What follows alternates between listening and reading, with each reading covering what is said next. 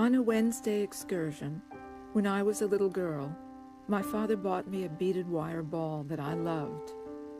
Its hinged wires traced the same pattern of intersecting circles that I had seen on the globe in my schoolroom, the thin black lines of latitude and longitude.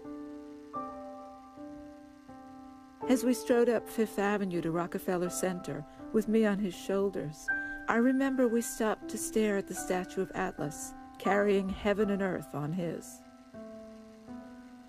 The bronze orb that Atlas held aloft, like the wire toy in my hands, was a see-through world defined by imaginary lines.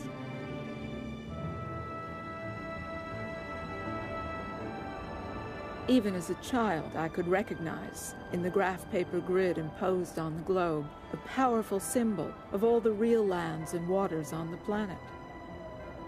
Lines of latitude and longitude remain fixed as the world changes beneath them, with national boundaries repeatedly redrawn by war or peace.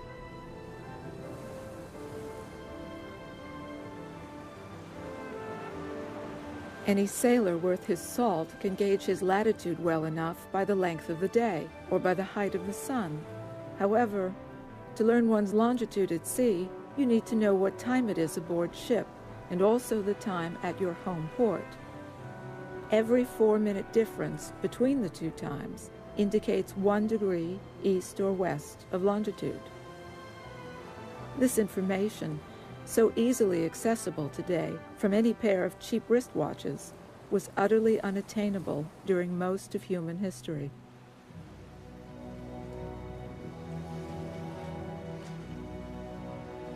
On the 22nd of October, 1707, Admiral Sir Cloudesley Shovel summoned the captains of the British fleet to his flagship, the Association. That morning, he had ordered the execution of an able seaman. The navigation of His Majesty's ships is the sole concern of His Majesty's officers. The crime was keeping a private reckoning of the ship's position and publicly disputing the Admiral's calculation. Ball of bloody twine! Every damned instrument in the possession of any seaman on any ship under my command confiscated. Any further questioning of our position will be treated as an act of mutiny and dealt with accordingly. That clear? Now, by my reckoning, we are here, 30 miles off the coast of Brittany. Gentlemen, what are your figures? 30 miles to Romney, sir. Captain Ainsley? The same, sir.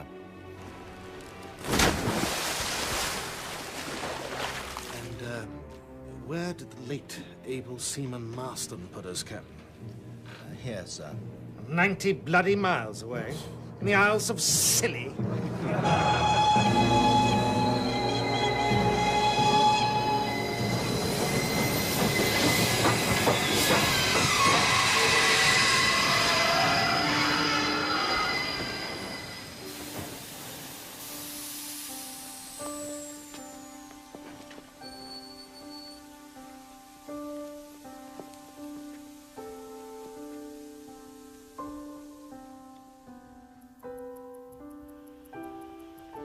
Leave it. What?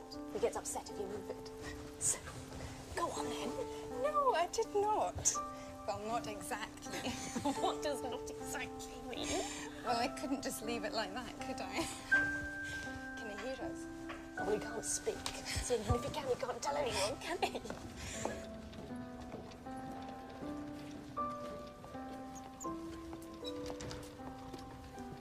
Lieutenant Gould, your reflexes are normal. There's no damage to your vocal cords. You can speak, if you choose to.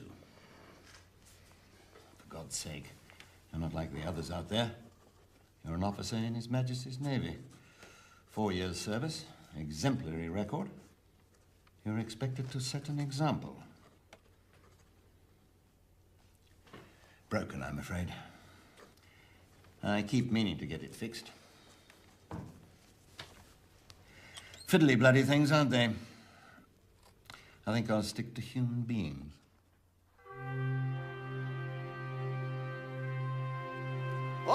honourable members who mourned with us the recent tragic loss off the Scilly Islands of 4 of Her Majesty's ships and 2,000 wretched souls therein, under the command of Admiral Sir Cloudsley Shovel, will be pleased to know that Her Majesty's government is to offer a reward. A prize of £20,000 to any man offering a practicable and useful solution to the problem of finding longitude at sea. A board of longitude will be set up whose sole business will be to investigate any serious suggestion. And finally, it is profoundly to be hoped to award this prize.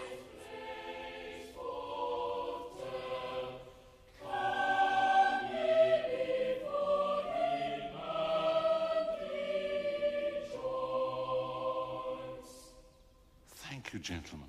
Much better. I'll see you all on Sunday. William, you wait here.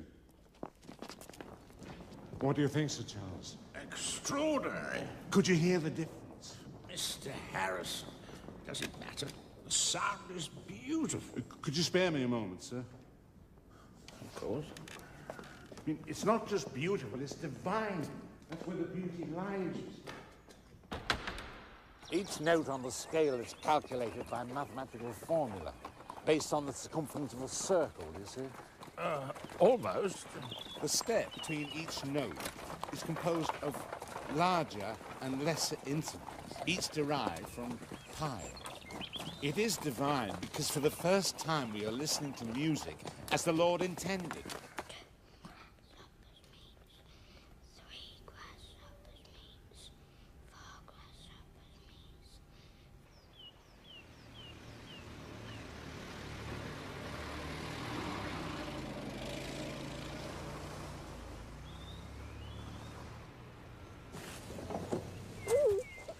Cecil! Oh, leave him, darling. He's been in the car for ages. It's a long journey for a little boy. Cecil! Especially to look at a silly billy old clock. Oh, is that my stable yard clock? Yes, it's being adjusted. Does it work then? I have it to under 5 seconds a month. Oh, but that's absurd. Sir Charles, if we had funds to produce a small pamphlet, I've already prepared an outline of the text. Inexpensively printed, it could be made available to every village choir in the country. We showed it to an American gentleman last summer. He seemed rather disappointed when he saw it, as I recall. These partitions wouldn't have been here in Harrison's time, of course. But he probably did some work on the panelling. He was a carpenter by trade, you see. Yes, I know. This way. How can you tell if a clock is running 5 seconds faster or slower? My own pendulum clock is adjusted to 1 second a month. Oh, no clock can be that accurate. Mine can. John? What's he doing? Good day, Mrs. Harrison. Charles? So Charles was asking about the choir. Where's William? Oh, dear. Look how it just touches the wheel. Hardly using any energy. It's named after an insect, a grasshopper escapement. It's funny. It's 200 years old. Built before Nelson was born. And can you see what it's made of? Wheels. Wood. It's made of wood. Darling, we're going to be late and Jocelyn's starving. You close that door, I'll close this one.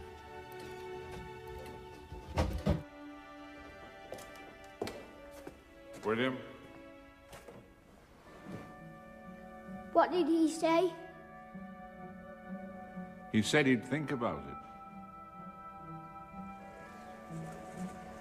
it. In yet. Is it accurate? Well, it wouldn't be there otherwise, would it now? No, I suppose not. It doesn't need oil, you see. The wooden bearings just lubricate themselves. You just wind it and walk away.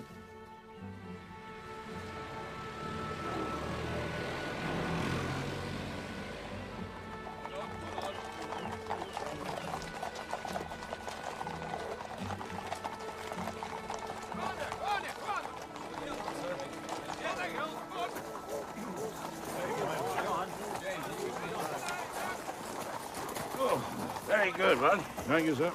I just hope you're not thinking of giving up your regular work. I've got 3 barns to build this spring. No, sir. So it's not true what I hear about you wanting to build a clock that you can use at sea? Impossible, sir. Clock needs a pendulum. Can't take a pendulum to sea. I'd like you to say impossible, John. No, sir. So that's it? A wooden clock, that's his claim to fame? It's the first accurate clock ever built. That's certainly one claim. But not the most important, it's the sea clocks. They're the masterpieces. And where are they? John O'Groat? I don't know, I've never seen them. Greenwich, I suppose.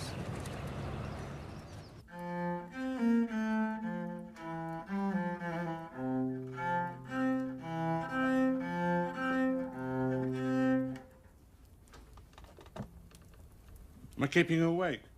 You are, not the music.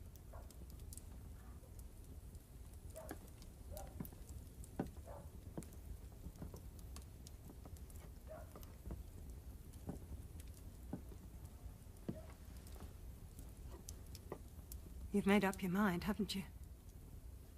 No. You mean you're not going? Not going where? To London. I didn't say that. You've found a way to build this sea clock, haven't you? With God's help, it might be possible. I mean, why did he encourage me to build a perfect timepiece in the first place? So the blacksmith might start work 5 seconds earlier or later. Or was it to give us the ability to explore his creation in safety? To move without fear in the space he's given us to inhabit? London is no place for a boy. Don't worry, he's old enough. And he'll be company. Take James if it's company you need. No, I need James to stay here in the workshop if we're to eat. Besides, as for William, I'm doing all this. £20,000. He'll be a gentleman. What does he need with money?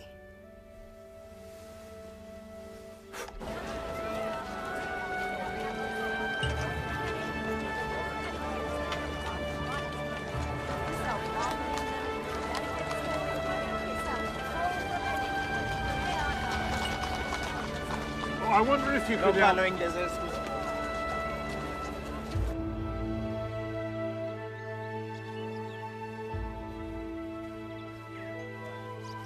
At midnight precisely, a rocket would be fired 3,000 feet in the air from each barge moored at intervals of 10 miles.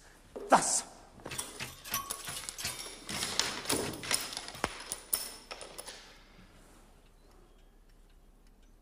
Did you say moored? Yes, sir. The Atlantic Ocean is no more than 2 leagues deep at any point.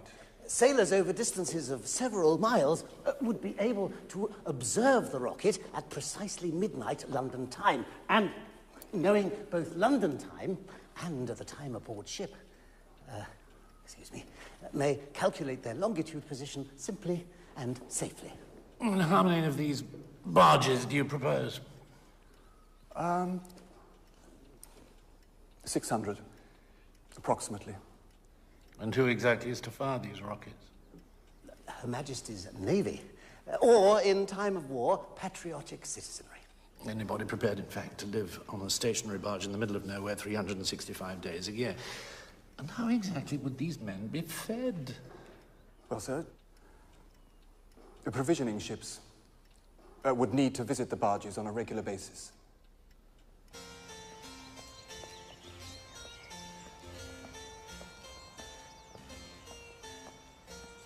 Now you wait here while I go in to see Dr. Riley.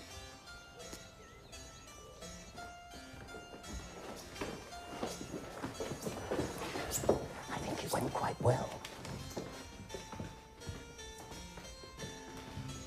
Now, it is vital to my process, Sir Edmund, that each dog be wounded with the same knife, as these 3 animals have been under my instructions some 3 days ago. Now, the animals are then to be conveyed aboard one of His Majesty's ships under the supervision of a designated officer whose task it is to prevent the wound from healing. The knife, however, would remain here in London, and at precisely noon each day, is to be plunged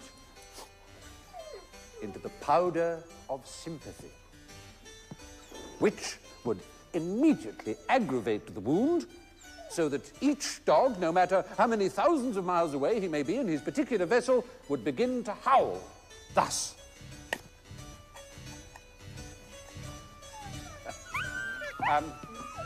The navigational officer on board each ship would therefore know instantly that it would be midday in London and would thus be able to calculate his longitudinal position accordingly. Get rid of them. Dr. Halley, there's one further... No more today. I've had enough longitude lunatics for one afternoon. I'm sorry, sir.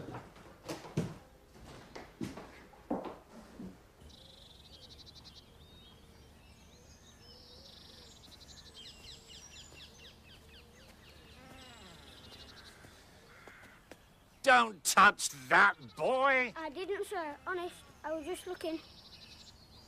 Do you know what that is? To tell the movement of the stars. How do you know that? It's my job at home. You have one of these at home? No, sir. We use Mr. Johnson next door's chimney. And pray, what is it that you learn from Mr. Johnson next door's chimney? The time. How can you tell the time with a chimney? If you stand in the right place, you can see Sirius. Sirius? It moves behind Mr. Johnson's chimney 3 minutes and 56 seconds earlier every day. We need the time for our timepiece to tell if it's true. And is it? It's bloody perfect, sir. William?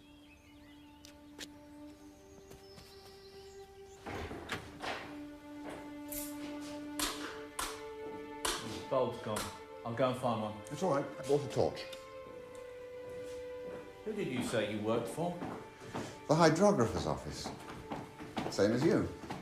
Well, if they were here, I'm sure I'd have known. Well, if they're nowhere else, it stands to reason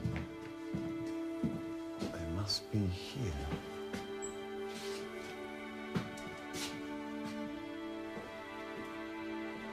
Mr. Harrison, whatever the solution of the longitude, it will not be a timekeeper. George Graham's clock here at the observatory is the most accurate in Europe, yet it loses 33 seconds a month in the summer and gains as many in the winter. But I have 2 timekeepers at home, sir, accurate to 1 second a month that hold the same time, both summer and winter. How can you possibly tell? By celestial observation. No, of course, Mr. Johnson next door's chimney. I hope to persuade the board, sir, that I will...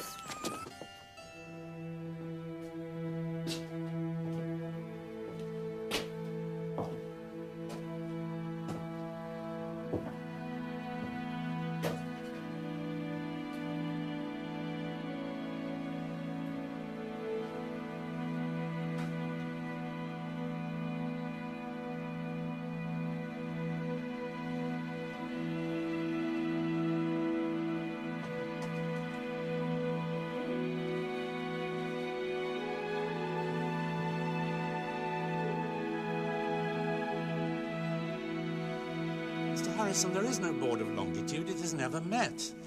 Now, do you know why? No. Because we know the answer to the longitude problem. The stars. The only mechanism accurate enough for the purpose. When we have learned to map the heavens, we shall be able to chart the oceans beneath, and the longitude problem will be solved. Sir, I have some papers with me. Do you know Mr. Graham? No, sir.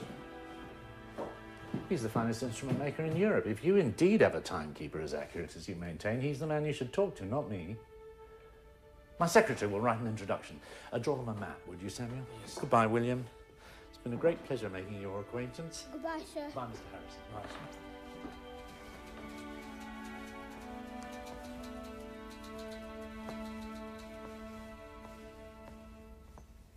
Excuse me, I'm looking for the Astronomer Royal's office. There seemed to be some confusion at the gate as to where he was. You found him. Things are still in a bit of a muddle, I'm afraid. We've had to store a lot of stuff. Is Sir Frank expecting you? Commander Gould, I have an appointment. Have a seat. I won't be a moment.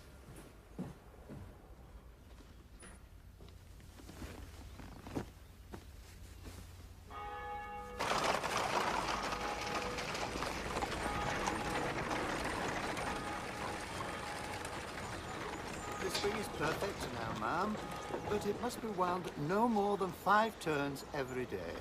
Let that be the task of one man only. Mr. Graham, the work will be my own, I assure you. No one else should touch it. Your ladyship is most gracious.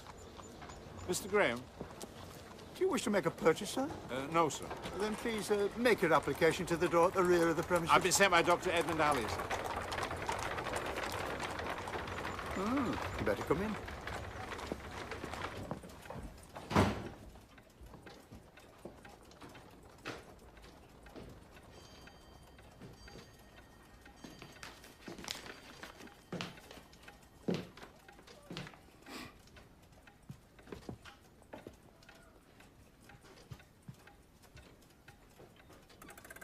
Don't touch anything. Please. 1 second a month, sir. You're either a liar or a fool. Who are you makers? Myself and my brother James. Really? Who are you apprenticed to? My father. I'm a carpenter by profession, as was he. A carpenter? My timekeepers are made of wood. I brought some drawings with me. I'm sorry I mistook you. This is a joke, sir. Am I right?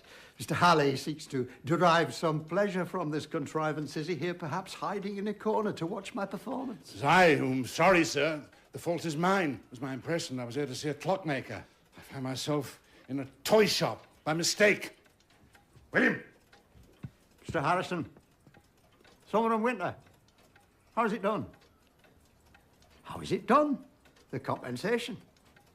I use a pendulum of different metals that work against each other. Impossible. Doesn't work. I've tried it. It is possible. It does work. I built it. Commander Gould, I have read your letter, several times in fact, and nowhere in it can I find any reference to any qualification for the work that you propose. Well, I'm a trained navigator, and I'm working on a history of the chronometer. I am referring to formal qualifications, Commander. The Harisson clocks are possibly the most valuable and certainly the most important timekeepers that we possess. Yes, I am aware that they have been neglected, and I suppose I must be grateful to you for pointing that out to us. However, there has been a war on. It is taking us a little time to sort ourselves out. Now, I believe that you are no longer on active service, Commander?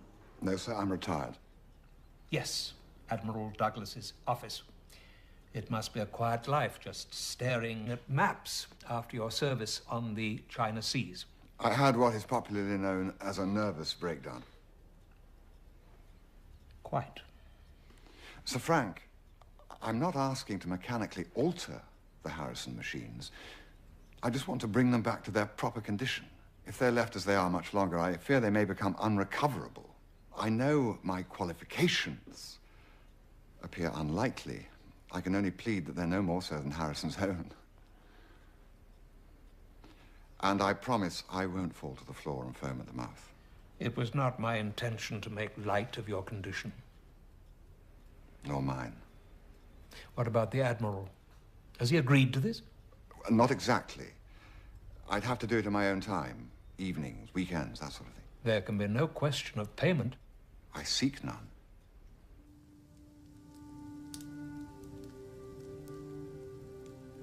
I want to create a clock without a pendulum. I brought detailed drawings of my ideas, which I want to submit to the Board of Longitude. The board is looking for a solution. I won't reward a theory. Besides, I'm not a mechanic among them. They're astronomers all. As far as they're concerned, the answer is in the heavens. May I? I'm a clockmaker, not a thief. Let me see your papers.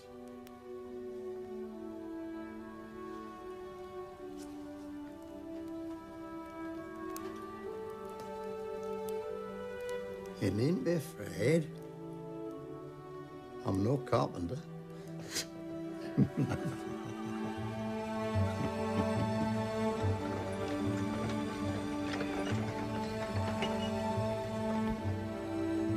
May I tell her? You may. You.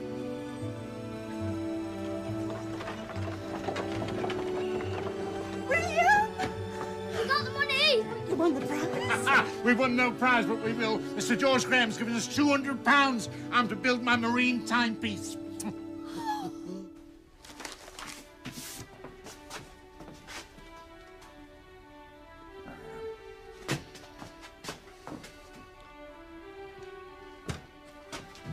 All right, sir? Yes, thank you. It is just under 200 years since John Harisson returned to Barrow with the money to start construction of his marine clock, which I shall call Harisson 1. No. Graham's money was not enough to feed his family and pay for tools and materials, so he was forced to continue with his work as a carpenter, alongside construction of the marine timepiece. Mark that. Thus, alone, without advice or assistance, Harisson set out to tackle a problem that had defeated every other craftsman on Earth. His solution to the pendulum problem was a new kind of mechanism that was not affected by exterior movement. Two balances that could compensate for any angle at which the clock was held. He also incorporated into the structure the temperature compensation techniques that he'd used on his wooden clocks. And he then began a rigorous program of comparison between the sea clock and his original regulating clock. Keep it steady, William. It's too close to the fire. Nonsense. Now we have two enemies, the climate and the inclination of the oceans. We must be sure, as the piece is heated, be it by the Jamaican sun or by the fire, that the movement doesn't change. Is it cold enough in here? Yes. Oh, that's good. Yes. Now, the rule set by the pendulum allows us to fix the motion to 1/20th of a second. Louder, James! Well, William? 4 seconds. 4. So the sea clock is losing a second an hour to the pendulum clock. We must keep making adjustments, make it perfect. Each adjustment of the new machine required that it be fully dismantled, which is an extremely demanding task. I am now able to achieve this in a little under 8 hours, with the same time to be allowed again for reassembly. I have already had to do this 4 times. Harisson, when he was adjusting the clock, must have done it hundreds of times. Steady now. That's good. Keep it even. Steady now. 59. Start your count. Carefully now. 51. 52. 53. 54. 55. 56. 57. 58. 59, 60. Stop, for God's sake, stop! Well, it's not constant. When it was still, I could get under a second an hour. Now it's 2 seconds. That's 48 seconds a day.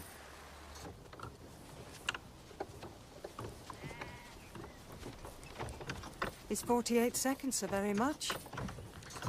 On a 7-week voyage to the West Indies, that's over half an hour, which would mean an error of nearly 500 miles. We can't afford to lose more than a second a week. Is it possible for a machine to be so accurate? John believes it is. There it is. Put a stop there. Keeps the lever from falling too far back. Commander? Good God, man, what are you doing here? I thought I was on my own. I'm going crazy! Oh. No, don't worry, not that kind of crazy. It's this machine. There's not a straight line in it. It's layer upon layer of corrections, each one fitting on top of the other. Whenever he came across a problem, instead of going back to the beginning, he'd add another level of complexity. Springs working against levers, working against other springs and other levers. I mean, it's madness. Madness born of a refusal to be wrong. He couldn't just say, I made a mistake. He'd say, I'll add something else, and it won't be a mistake. Look, can I get you something? I think I've got a bottle of sherry somewhere. Why don't you come and have a drink? No, it's all right. I'll be right in a minute. Well, if you're sure.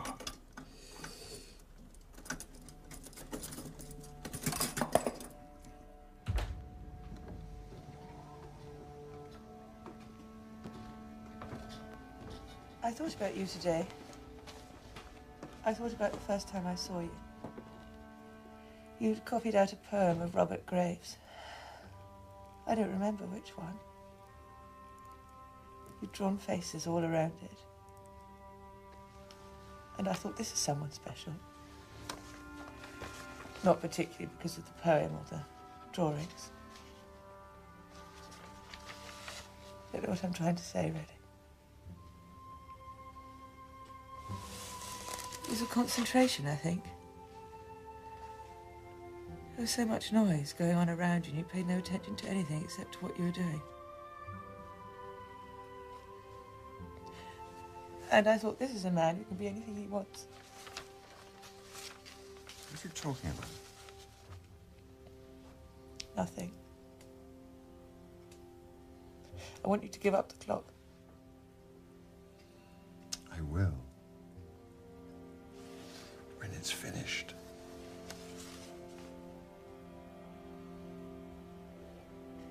Yes, I knew you'd say that. Silly of me, really.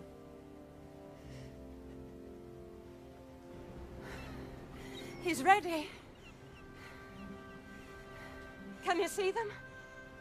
Out there. Should be less than a minute now. There's the stand too.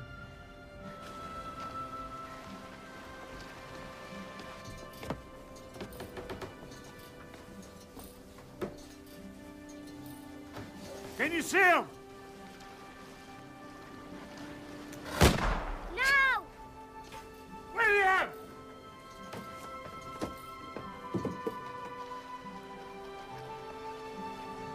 He looks happy.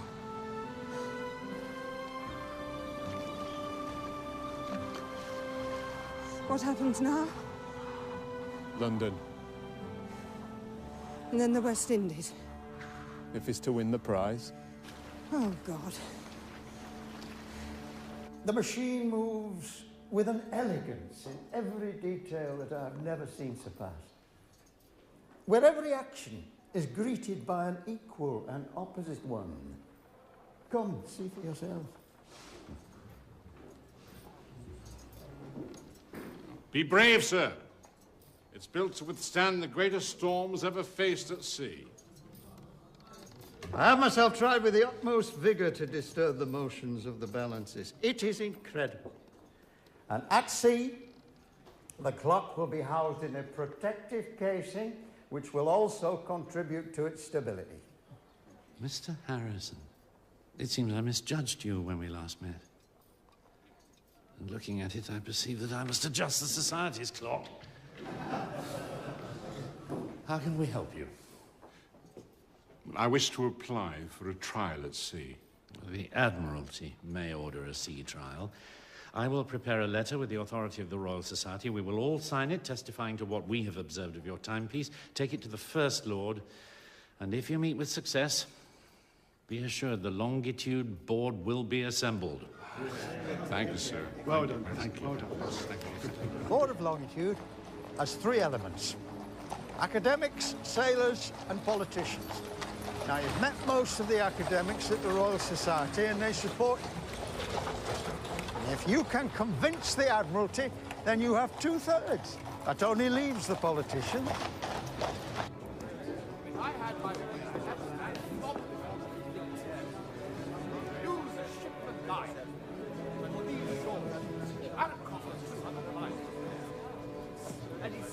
Mr. John Harisson. Good luck. Thank you. But remember, this is the Navy.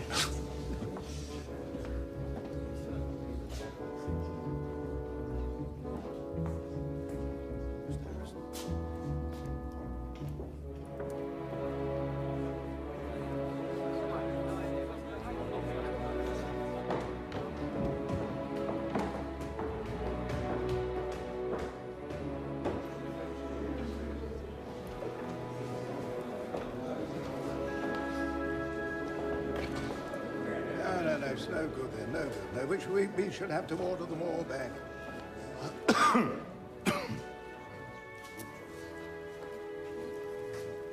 Who the bloody hell is that? Oh. Well? My lord, I come to humbly beseech you that you see fit to send my machine for determination of the longitude for trial at sea. Bloody Spaniard did that to me. Bloody useless ever since what? It is specified by Act of Parliament that such a trial should take place on a voyage to the West Indies. This is my petition to your lordship. You a seafaring man, sir?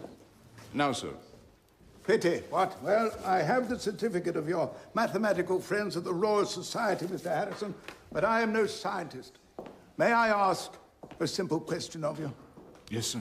Will your machine keep its time at sea? Yes, sir. I believe it will. I have seen men die where they should not, too often not to pray success for your endeavor. God's blood. It's an improvement on sticking a knife in a damn dog. Well, get me the Portsmouth list. I cannot promise you the West Indies, but we'll find you a ship. John, I do not ask you to be a politician, God forbid, but you must not assume that every man is your enemy. But why Lisbon? The Act of Queen Anne says the trial must be to the West Indies. Be patient. The journey is short. You'll be back in less than a month if you're lucky. And if the machine performs, the board will have to order a further trial. Have you been to sea before? No. You may be glad of a quick voyage.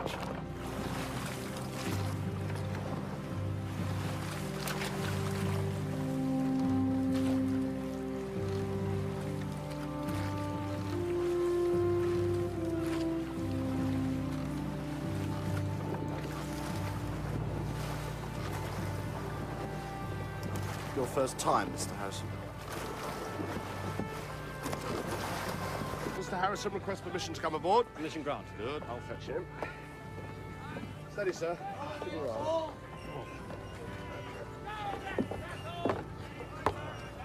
Mr. Harrison. Lieutenant Bertie. Lieutenant. Captain Proctor presents his compliments and advises you to stow your machine in the great cabin. Has he seen it yet? I don't think so. Good God. Steady there! Please ask your men to be careful, Lieutenant. Don't worry, Mr. Harisson. This is the Navy. Closing in on board, men on the double. Steady there. Get that whip off her. Campbell. Take Mr. Harisson to the great cabin with his clock while I report to the captain. Aye, aye, sir. This, sir, is the so-called great cabin, Captain Proctor's private quarters. That's where he sleeps, and in there's where he eats his supper. Smaller than I imagine. Aye, and it'll be smaller still with your machine inside it. Machine won't fit. Case is too large. Don't worry, sir. This is a fighting ship, not a common inn. Gentlemen, will you give me action stations? Aye, aye.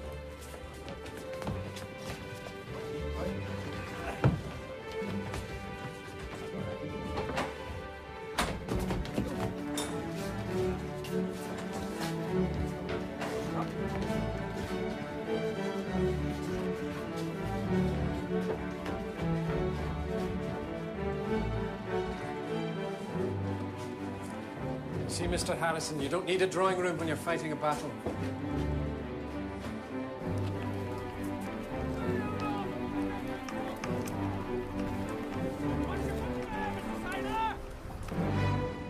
Prepare to receive the Admiral's signal. Got a standing by, sir.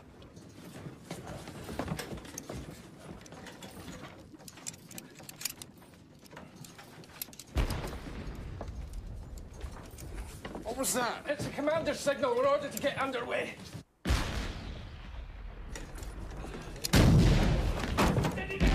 Number 2 gone! Fire! Clear! 3 gone! Fire!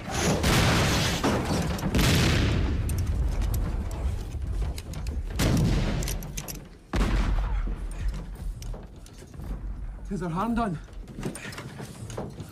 I don't know. Loose the mizzen topsail. Loose the mizzen topsail, Mr. Sprague! Aye, aye, sir. Green ho! there be more firing? Not unless the French declare war, which isn't due to happen this week. This is the berth deck where the crew sleep and eat. The wardroom where you'll be quartered is just above us. And don't pay any attention to what you've heard about Navy food. This is a short voyage and we've plenty of fresh provision aboard.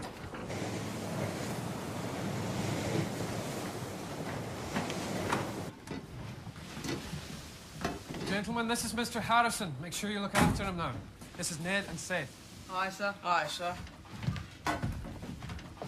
One hammock, quite comfortable with a bit of practice, and your very own 9-pounder.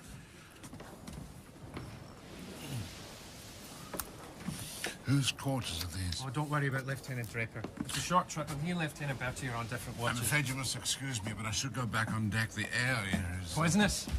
You'll get used to it. Most people don't notice it after the first couple of years.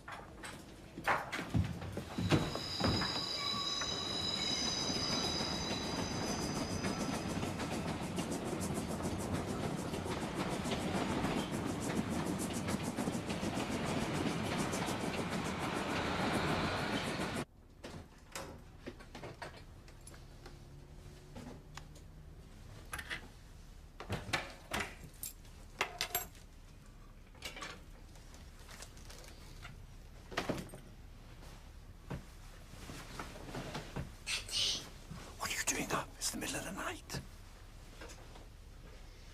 You little pickle. Should be in bed. Where have you been? At work. On the clock? Yes. How did it get broken? I don't know. I suppose somebody didn't take care of it properly. Darling, is that you? Yeah. Why are you waking the children? I'm not waking them. Well, you've woken Laura.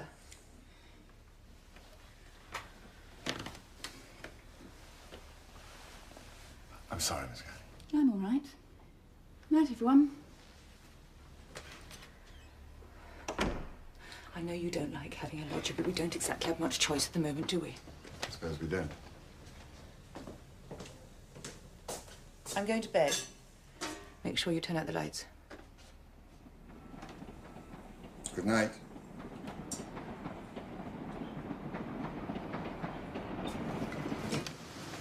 Captain in the wardroom. Relax, gentlemen.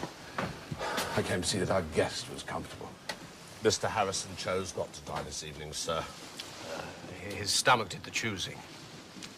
We'll keep an eye on him, Lieutenant Draper. The Admiral won't be too pleased if we lose him. I tried to take a reading from his machine this evening and plotted a position that had us sailing through the city of Corunna.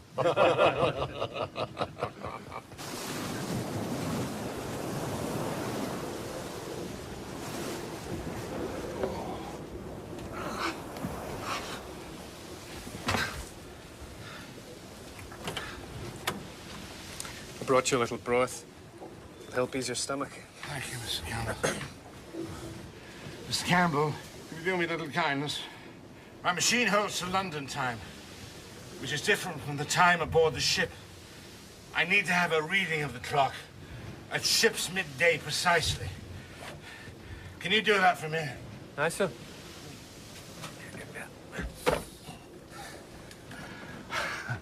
I'm not much of a sailor, I'm afraid.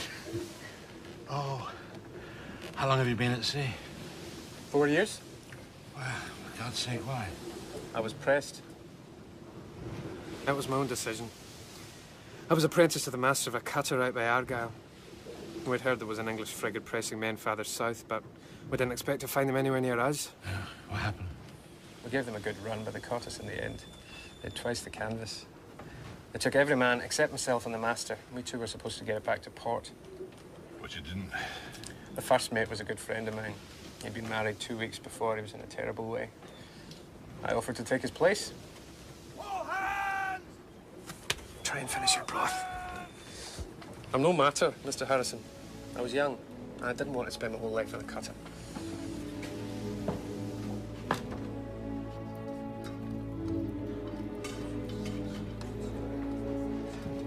Sir Charles, I must thank you for your help with Mr. Harrison's machine. Mr. Halle, if your machine can do what its maker claims, then I will make you a promise.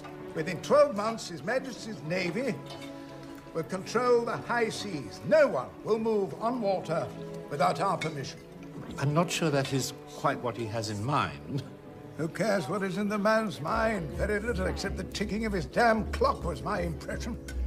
But if he gives us the power to navigate the ocean without holding on to each other's coattails like blind men in a brothel, I'd give him £20,000 a year. What?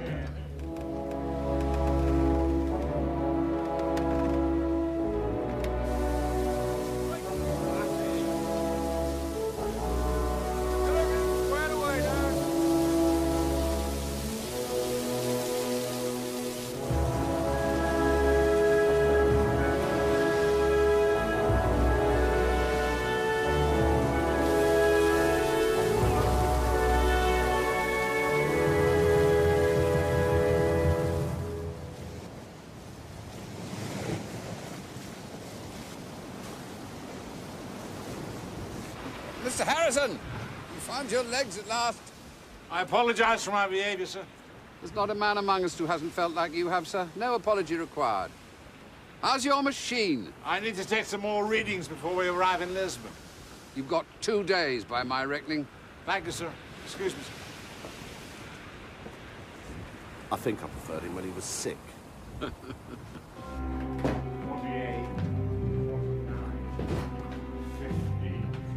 51, 50.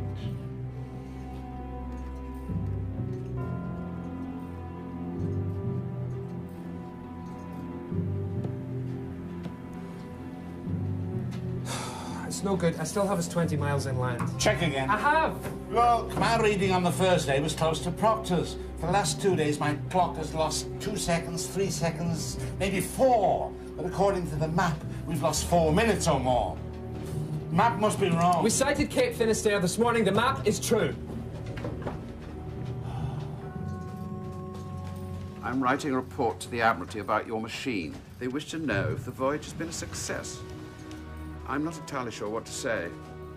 I cannot tell till I get back to London and compare it with my pendulum clock. I suppose you think I'm a bloody fool. Well, don't worry, I'm used to it. But I know a little navigation, and I can read the time on your machine. It's not showing the true longitude. You do realize that, don't you? Yes. Now, do you know why it isn't working? Something's happened to the machine. Some kind of accident while I was ill. You mean it stopped? I'm not sure. Perhaps. I'm over 4 minutes slow. Yet while I've been with the machine these last 3 days, I'm certain it kept true time. It is indeed remarkable. Well, we must tell the Admiralty then to wait till you get back to London, then, mustn't we? Thank you. Thank you.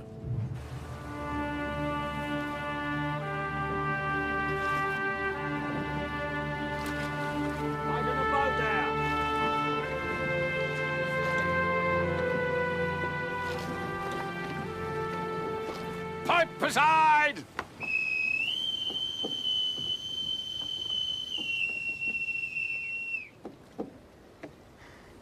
Captain Proctor, excellent time. No sign of the Dolphin, who left 2 days before you? Thank you, sir. Who is that? Admiral Sir John Balkan.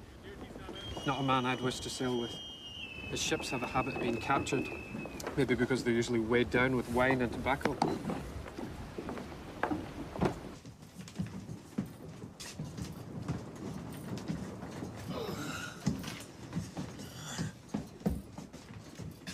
What the bloody hell is that? It's a timepiece, sir. Ah, the carpenter's clock. I'm supposed to take charge of its return. Admiral Wager's instruction. Does it work? Mr. Harrison says he won't know till he's back in London. What a monster. I certainly don't intend to have it in my cabin, and I doubt if any of my captains will want it either. What do you think, Lieutenant? Put it on the Orford, sir. Captain Man won't notice it's there. He will, if it's in his bloody cabin. Take it up top, steady. Heave! Easy. Steady as she goes.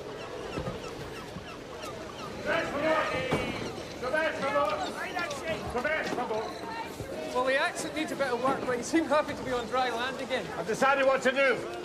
I'll take a sighting here in Lisbon and calculate Lisbon time on the voyage back. So you can start with a clean slate? I've purchased my own chart so that I may make my own record of observation. Yeah. The wording's in French, I'm afraid, but it looks fair enough. Well, I wish you every success on the Orford. Looks like you'll get better weather anyway. The best for all. Coming through! The best for all.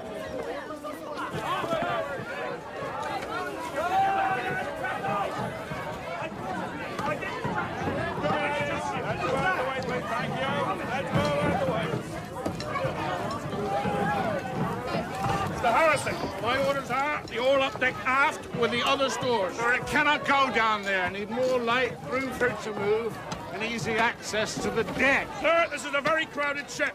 I'll see what I can do.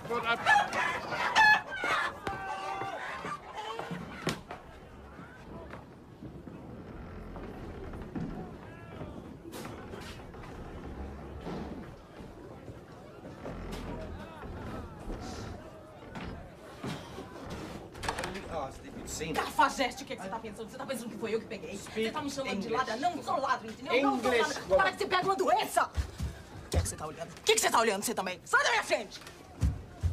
Do you know anything bloody rude in Portuguese? No, sir, I'm afraid I don't. Pity.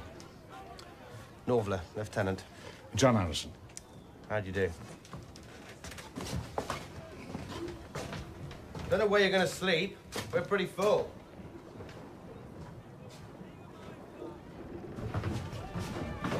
There you go.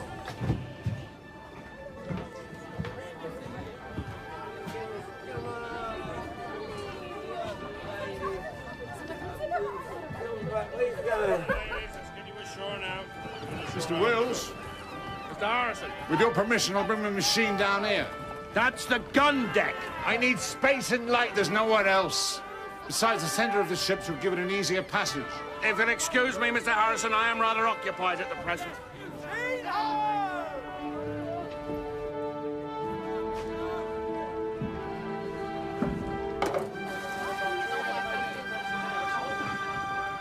All persons Come on now, you must get down from there. Down you come.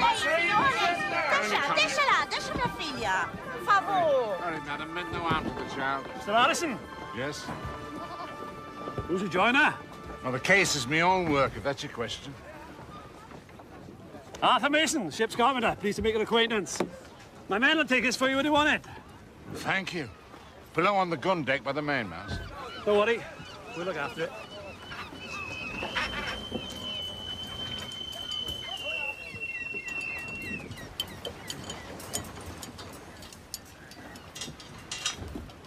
Thank you, Lieutenant. Give me your arm a moment, will you? Will you ask Mr. Wills to attend me in my cabin? The Admiral expects to weigh anchor on the evening tide. Very good, sir. Get this chair stowed away. Look sharp. Aye, aye, sir. Lieutenant Norvler, was the port wine loaded according to my instructions? 70 cases, sir. All accounted for. Good, good. Mr. Wills!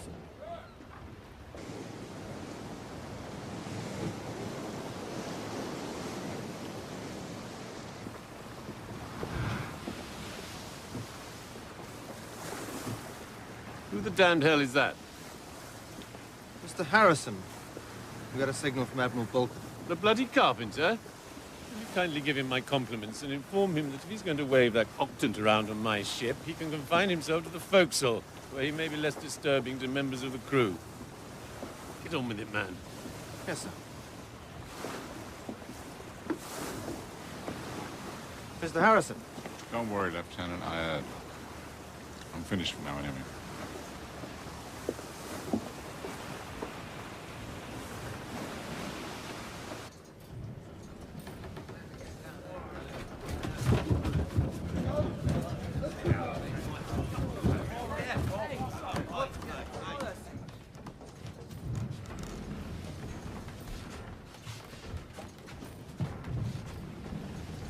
What's the matter, John Skillick? Ain't you never seen a clock before?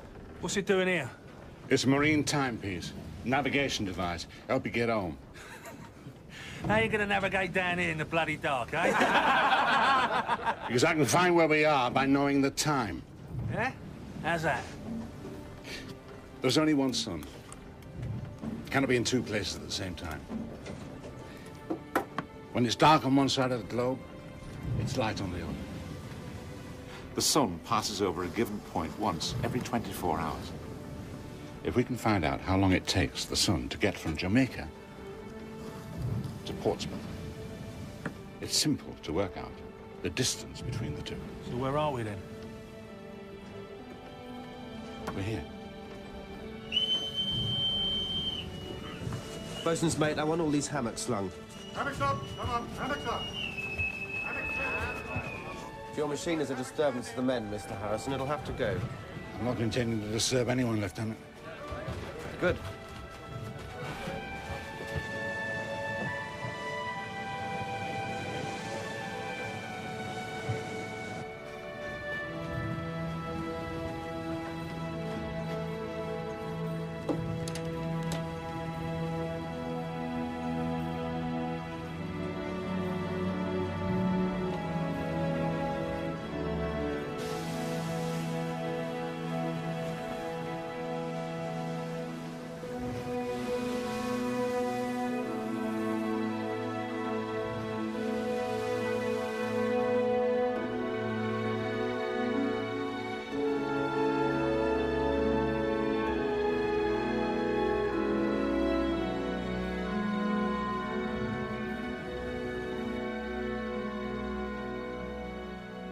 Ah!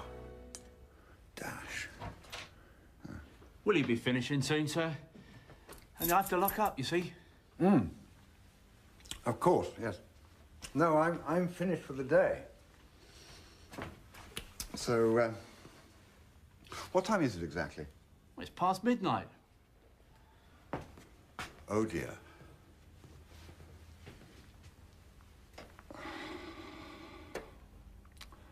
Oh, dear.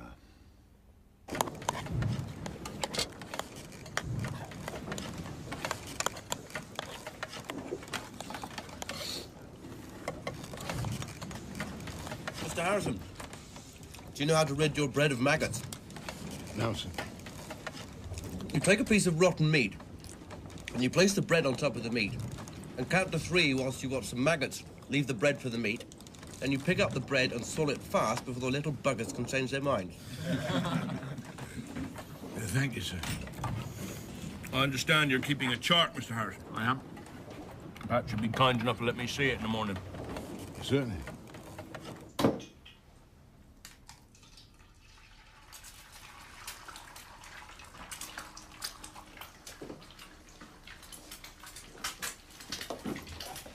I didn't hear you come in.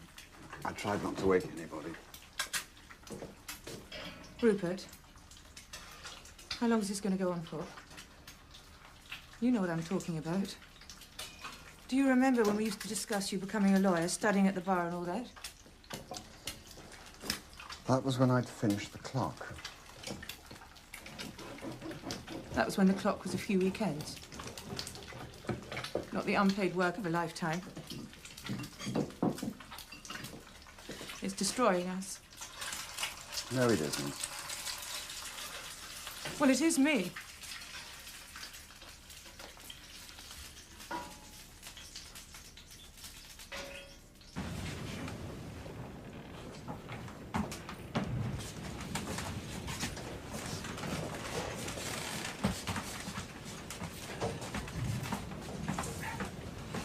I brought you a piece of fish. No, thanks. Don't worry, I caught it myself this morning. Thank you. You tell me what you want to hear? Makes no sense. According to this, we aren't headed for England at all, but for the Americas. Well, we're sailing west, that's for sure. The wind's against us, so Balkan's taking us west in the hope that we'll pick up something that'll take us back up the channel. So maybe you are not so far out. And this isn't a bloody coracle, you know. You can't turn the British fleet around on a farthing. Thank you for the fish. On the 18th, we were at 8 degrees 47. I have 9 degrees 2. And yesterday? 6 degrees 10. And you're about 53, 54 miles west of us. How can you be so sure? I can't, Mr. Harrison. Not till I see land. But I know these waters well. I don't think I'm wrong.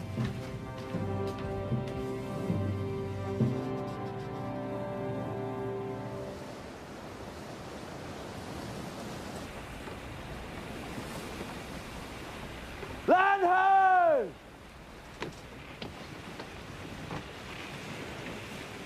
There it is. Start point. I have it. Mr. Wills, can you show me from the map where we are?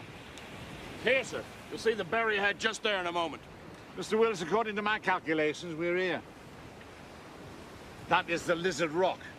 We say on this course, it's Dodman's Point we'll be seeing. No, sir. Sir, I've slipped by my machine for 30 days, taken a reading from it every 6 hours. I am not mistaken. Mr. Harrison, did you ever see Dodman's Point? No, sir, I did not. Well, pray God you never will in a southeasterly like this, or that sight will be your last. That is the Blackstone. What do you mean that sight will be my last? If you were right, Mr. Harrison, and we were passing up through the manacles with the wind in the southeast, we should be smashed to pieces.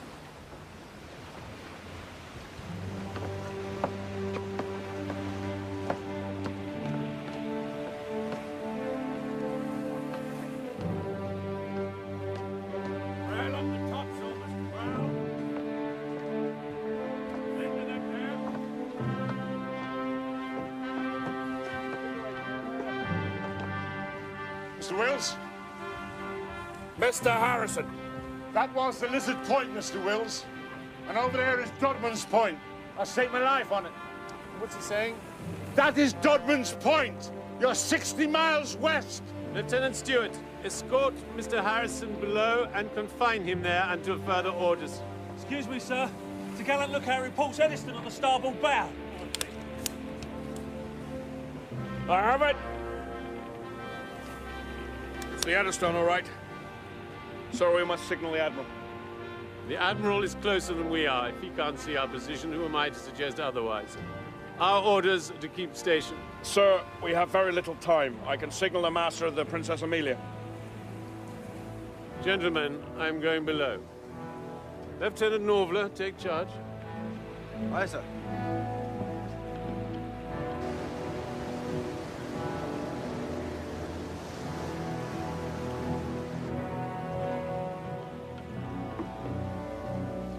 Mr. Wills, send this signal to the Princess Amelia immediately. What are they doing? Can't change course without an order from the Admiral. But how can they warn them? Cannon, Mr. Harrison. And we'll have to reply. Mr. Stewart, prepare to put her about. Better get below. Bosun pipe action station. Have the gun stand by to fire 15 rounds.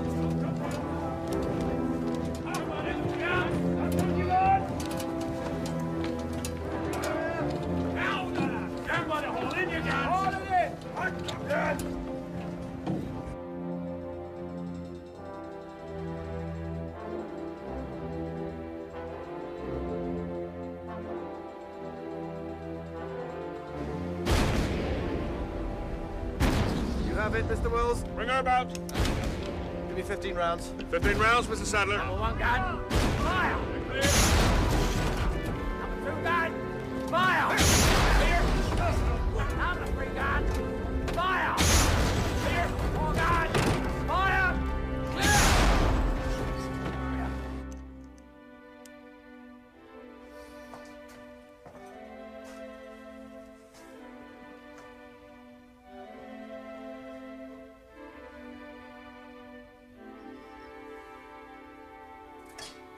Can we clear the point against this wind? Will take some time, but we will. We have to. Mr. Harrison, congratulations!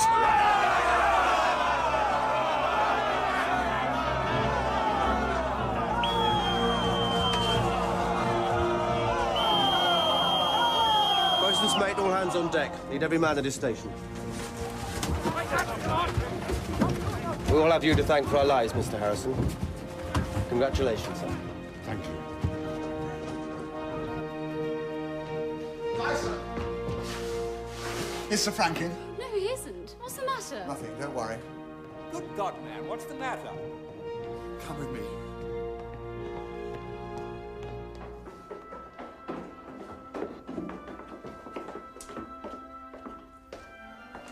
They've been going for an hour. I've just been sitting here staring at them. Hardly daring to breathe. That is incredible. Completely and utterly incredible. Is everybody all right? I'm very all right. Is this it? It's beautiful.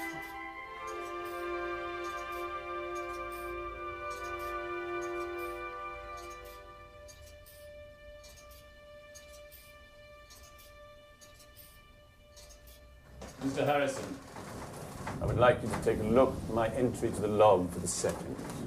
You will see that it reads that Admiral Balcom fired 15 guns, ordering the fleet to disperse to their destinations, which they did in an orderly fashion after giving an answering signal.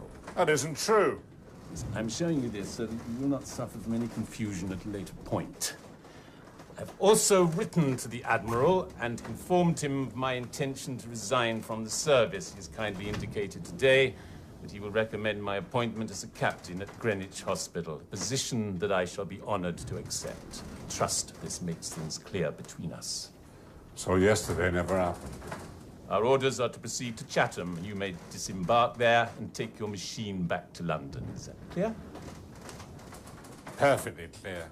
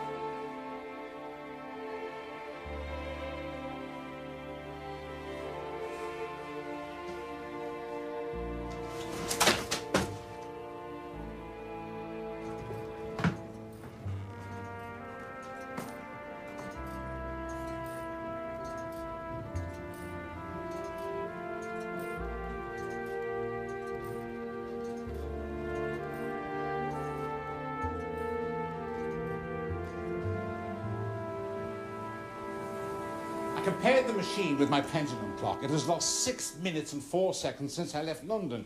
Yet the journey back from Lisbon took 32 days, and I believe it kept near perfect time. Something happened on the Centurion, something I don't understand. Well, you need another trial. No, I need time. Time to think. Time to test it again, but not at sea. It's too big. I realize that now.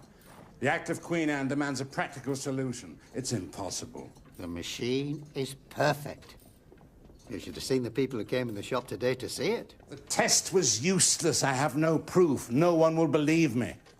The machine is impressive, Mr. Harrison, and you assure us that on the Lisbon test it performed well. Yes, sir. But you have no documentary evidence for that. No, sir, I do not. But I'm not asking for the test. No copy of the ship's log, no certificate from the ship's captain. If the machine performed as well as you suggest, does that not seem to you a little strange?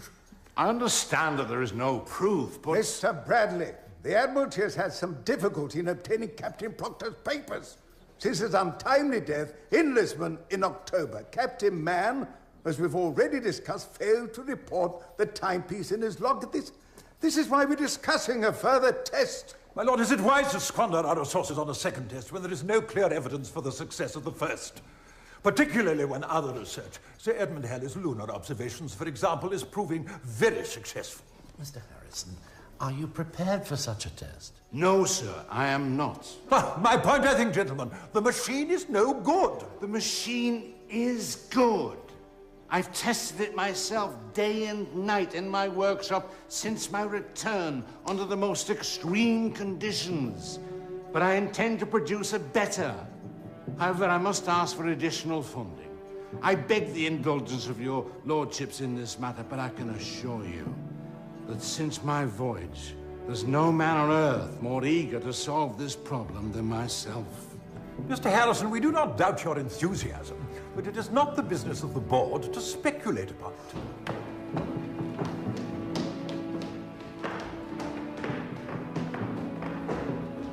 Excuse me, sir. I'm seeking the board of Longitude. Never heard of it, sir. This is the amateur. It's their first meeting today. It is, I believe, in the boardroom. The boardroom? And why didn't you say so? You're looking at it. Oblige you, sir.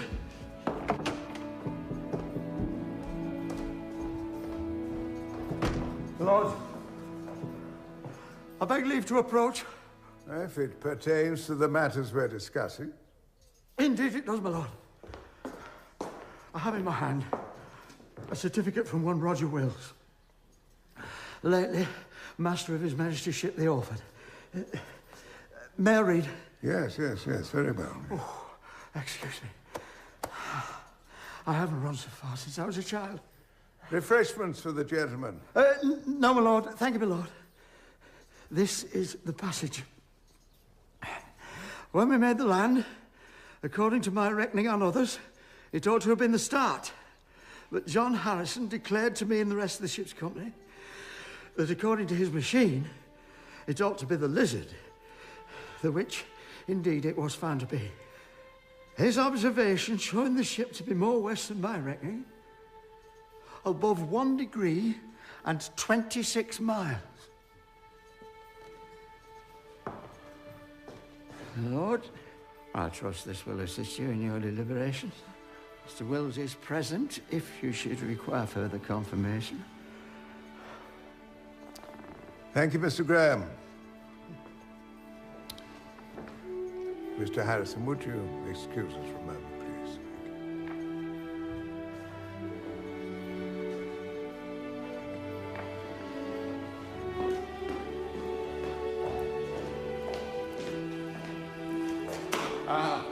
Thank you. Thank you very much. I didn't sit right with my conscience to let a lie stand in the way of your machine. Not when it may do some good for poor sailors like myself. £500. Half now, half when the second clock is complete. The sum to be set against any future prize winning. George tried for more, but they wouldn't have it. No. At least you may go home now with some money in your pocket. I'm not going home.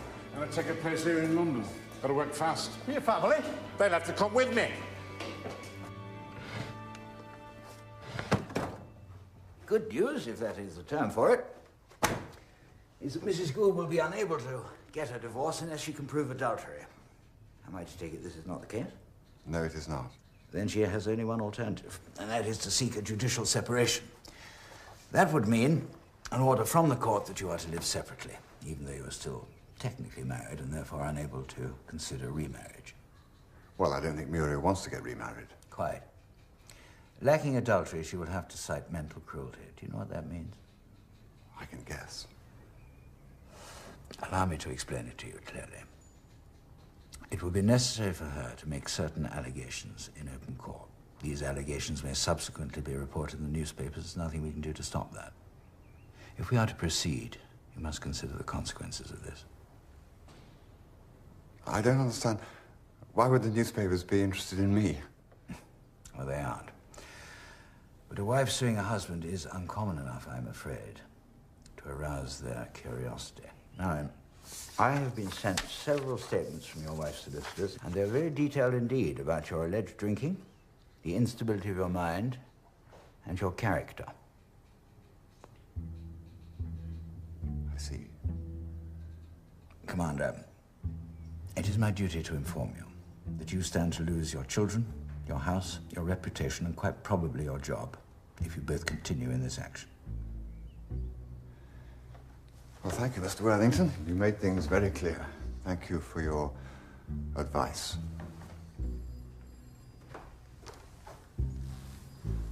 I wonder, do you think Muriel understands all this? I'm sure Mrs. Gould is competently advised. Yes, of course. I'm sure she is. Thank you. So there's 2 bedrooms, small attic room, and this is the sitting room. I see that the machine has already chosen its quarters. The money that board has given is to pay for a new timepiece. Not much left for us, I'm afraid. It's the best I could do. How long? 2 years at most. And then we go home? Then we go home. Right. Let's get started then.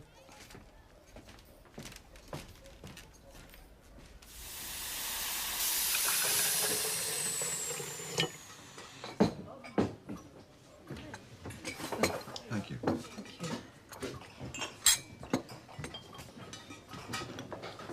Won't you have a cake?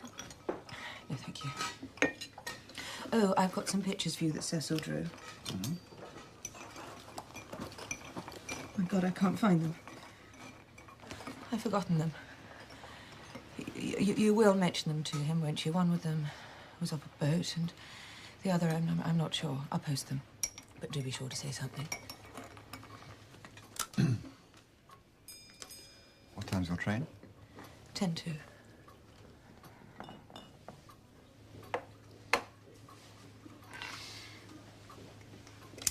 I finished the first one. First one? Clock. It's so beautiful. I wish you'd come and see it. I think they're going to let me work on the second one now. That'll be harder, of course. It's smaller and more compact.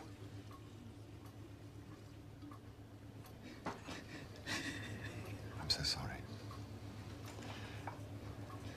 Just I don't know what to say.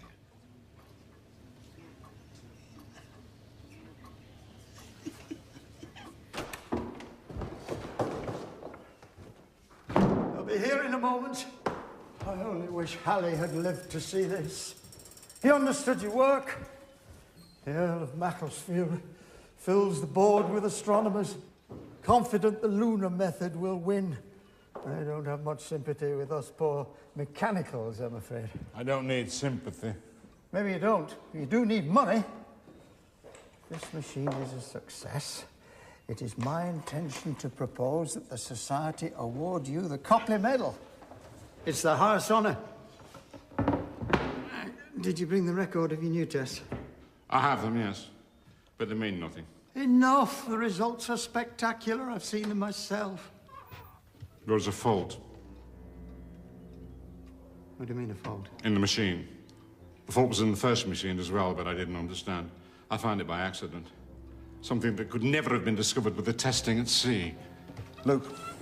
Stop! What are you doing? You're mad. That's not the motion of a ship. Centrifugal movement. It slows the clock down. That was exaggerated. When a ship turns or changes course, centrifugal movement causes the machine to lose a fraction of a second. On a long voyage, that'll mean minutes. Then make an adjustment in the cradle. Oh, the cradle will make no difference. I've already started a new machine with different balances, George. That's circular. Well, for God's sake, don't say anything to them.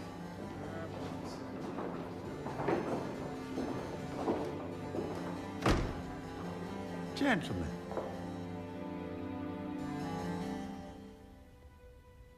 Harrison's second machine was mechanically a replica of his first with some improvements in detail. However, it was more compact.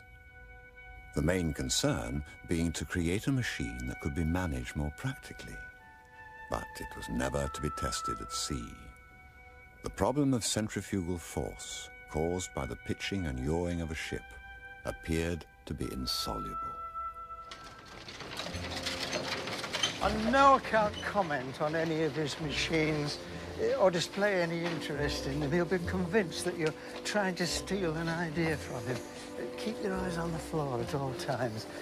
Did you bring a sample? Yes, Mr. Graham. 3 pocket watches as you instructed and a model of a clock escapement. He won't be interested in the watches, but he should get an idea of the quality of your work. It is a beautiful piece of work, is it not? It's interesting, although I think there's a little too much tension in the mainspring. But the workmanship is fair. Mr. Jeffries has worked for me for over 12 years on every kind of matter. I can assure you he will make a most excellent and diligent assistant. Oh, I don't need an assistant. My son will be my assistant when he's old enough. John, you need some help now. You know you do. Mr. Jeffries, it's an honor to make your acquaintance. As it happens, you may be able to oblige me. I'm in need of a pocket watch. I would be honored. Very good. It must be suitable for use in different climates. I'd need you to make some particular alterations. If you wouldn't mind looking through these drawings. Do my best to give satisfaction. I needed to carry time from my regulating clock in the captain's cabin to the deck, where the observations are made. Anything you don't understand, come back and see me. Now, thank you very much for coming over here, George, but now I have work to do. Goodbye, George. Thank you, George.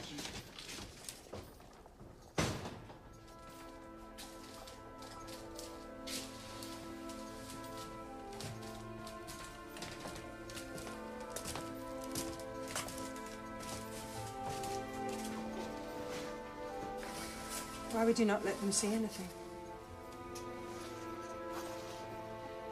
There's nothing for them to see. I have no solution. I failed. So what will you do? I think perhaps we should go home. Don't say that if you don't mean it. Please don't.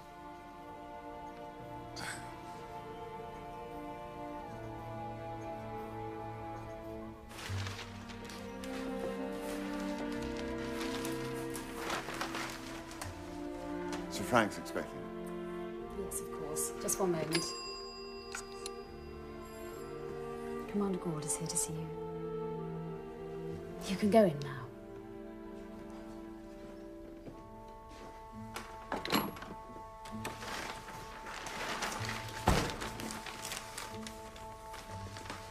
There it is.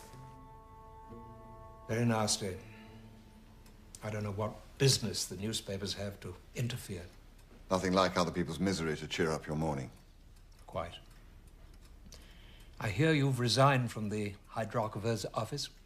No, I was sacked, as a matter of fact. I think Admiral Douglas was pleased to have the excuse. Oh, dear. I'm very sorry to hear that. Very sorry. But perhaps the opportunity to rest will do you good? I've tidied up H2. It's in pretty good order. I thought that under the circumstances you'd be happier if I didn't continue to work on it.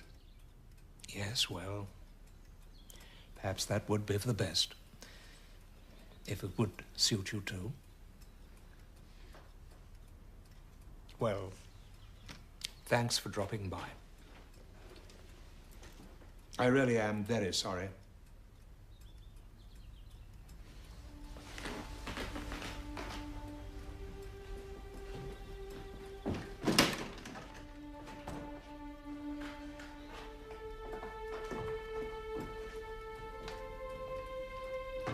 Gentlemen, I am most pleased to announce the presentation of the Prize Medal of Gold, annually bestowed by this society, to Mr. John Harisson of Orange Street, Red Lion Square, in consideration of those very curious instruments invented and made by him for the exact measurement of time. Honourable members. Sit down, John. It's not your turn yet. I call upon Sir Martin Fuchs to give an account of Mr. Harrison's achievements. You need this medal, John, if your work is to continue. Just smile. That's all they need.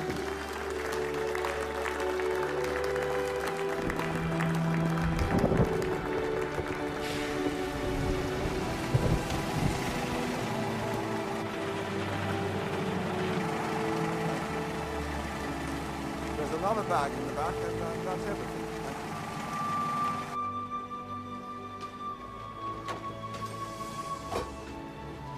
Darling? Mother. Oh, you're so cold. Was the journey awful? Pretty frightful. Come and get warm.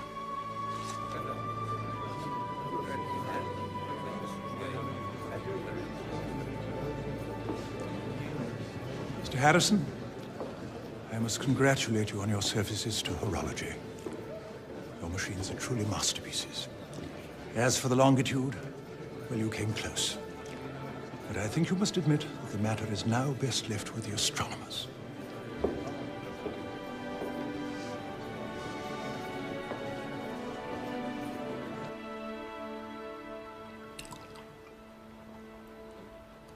Would you like some wine? Yes, I think I would. Mr. Partner, do we have any wine? No, madam. Oh, dear. I'm afraid you'll find us rather dull after London. Would you like some sherry? No, thank you. Perhaps a whiskey after dinner. Oh, have some now, dear. Mr. Partner, a little whiskey for Rupert.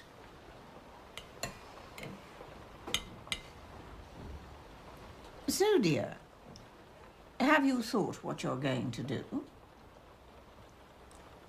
No, Mother. No, I haven't.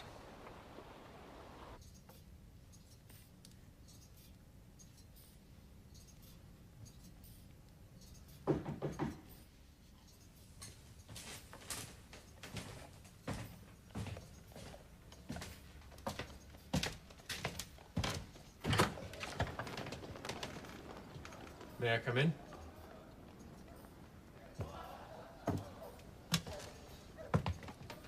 I'm sorry to call so late. John! It took me a long time to find you. What's happened to you? Did you not hear about us then? You stayed on the Centurion. Aye, I'm a lieutenant now. Sailed round the world with Lord Anson. And I'm a rich man. My share from the capture of the Hacienda was £217. Oh, so this is the new one. I heard that you were building another. Oh, sit down. Can I get you something? No, thank you. I sailed in the company of 961 men, sir. 203 returned to England. Of the 760 who died, only 48 were killed by enemy action. And the rest? Disease. Despair. We were lost. Weeks on end without sight of land, fresh food, water. Although much of the time we were within 6 hours sailing of Juan Fernandez, but we'd mistook our position. Didn't know it. I saw more men die than any Roman emperor. Men who you'll remember, and who remembered you. John Sprague, Lieutenant Draper, the mess boys, Ed and Seth. Didn't even make 14. We all heard about the Orford and how your machine performed as we sailed hopelessly on, heaving man after man over the side. Have you seen a man die of scurvy? No, I haven't. The body starts to swell like a balloon. Legs are the worst, so that every movement causes pain. Then the skin starts to split, horrible bleeding gashes. Your tongue grows in your mouth. And the throat swells so that eating and drinking is impossible. Death is a release.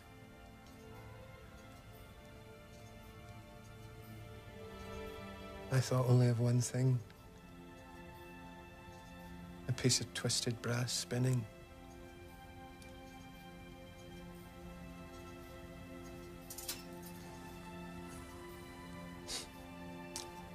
There, look.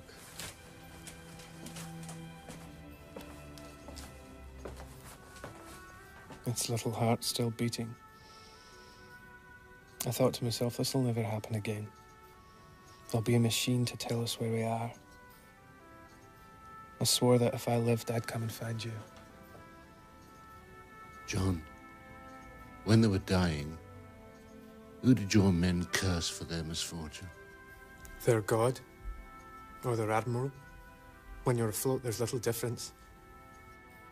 And if they had a clock, and the clock didn't work, and the men still died, who would they curse then? When you're young, you think that anything's possible. But as you grow older, you discover that it isn't. Well, then don't grow older, Mr. Harisson.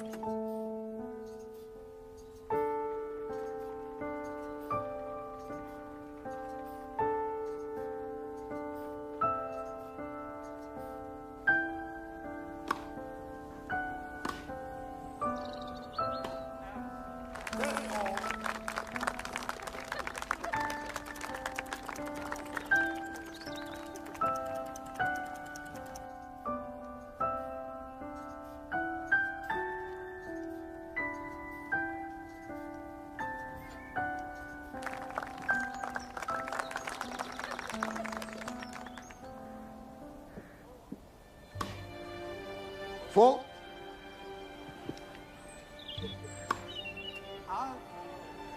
30-40.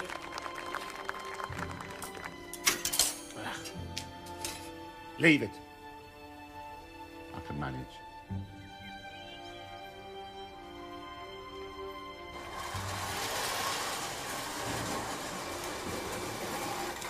I thought that was supposed to be for Cecil. It bores him, I think. Don't worry, he'll grow into it. Partner needs to set the table. Perhaps you'd better take it to the attic just for now. There's plenty of space up there. All right.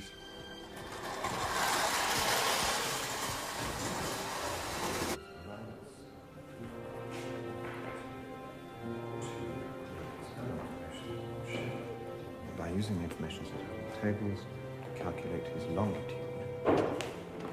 Excuse me, Reverend Masculine, I shall have to let them in now. May I have 1 minute, Dr. Bliss? Most certainly.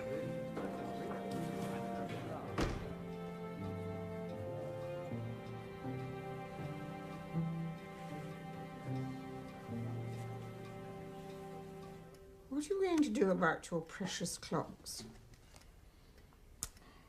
Well, I'm giving a talk to the Horological Society. For money? Of course not. You can't just sit around here for the rest of your life, you know. I do know. May I make a suggestion? Mm-hmm. Admiral Douglas had no right to stop your work. It was all that publicity about your divorce that gave him the chance. If you brought the matter to the attention of the Navy Board yourself, he would have no legal argument. You're saying that I should write to them? Write to Douglas first, hinting that you might, but giving him the opportunity to change his mind. But that would be blackmail. Precisely. I think that's rummy.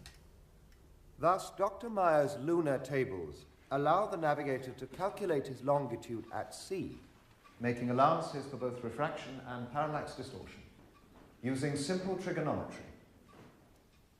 They suggest that the longitude problem is finally to be solved by a clock, not a clumsy man-made device of spinning wheels and levers, but a celestial clock whose hands are the moon and whose numerals are the stars. A dial writ across the sky by the Creator himself. What do you make of him? A lunatic, and a serious one.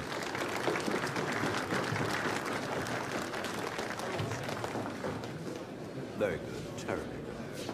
Thank you. My Lord Sandwich. Morton, you honour the society. I had thought you might be attending the opera again tonight. No, my lord, but rest assured the opera will be visiting me. Congratulations, sir. Most interesting. Thank you, Your Lordship. The Longitude Prize is yours, then.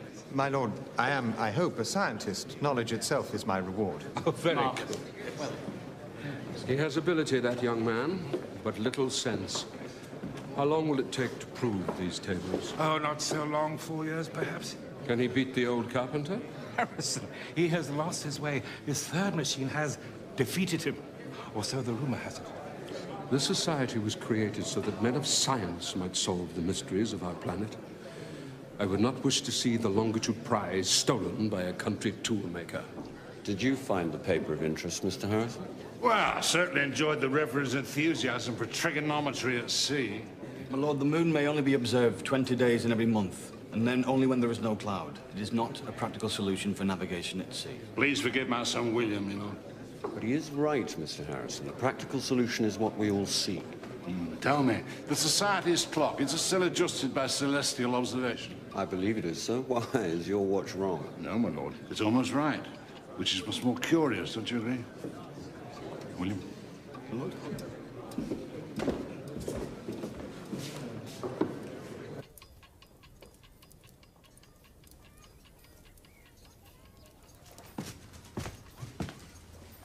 Four seconds. Still no change, then? It's remarkable. Mr. Harrison, you asked to see me? Ah, Mr. Jeffries. I was hoping you might be able to do some work for me. I would be delighted. Could you make me one of these? I need the teeth to be set a little further apart. I've done a sketch of the details. Yes, that should be possible. Would next week be acceptable? Oh, yes, of course. Thank you. Oh, Mr. Jeffries, your watch. Is there a problem, Mr. Harrison? No, I'm quite pleased with it. The modifications are encouraging. I want to make another. Must be a little larger, of course, to incorporate some more changes I have in mind. And I was wondering if you would consider assisting me. I would be happy to. Thank you, Mr. Jeffries. See you next week.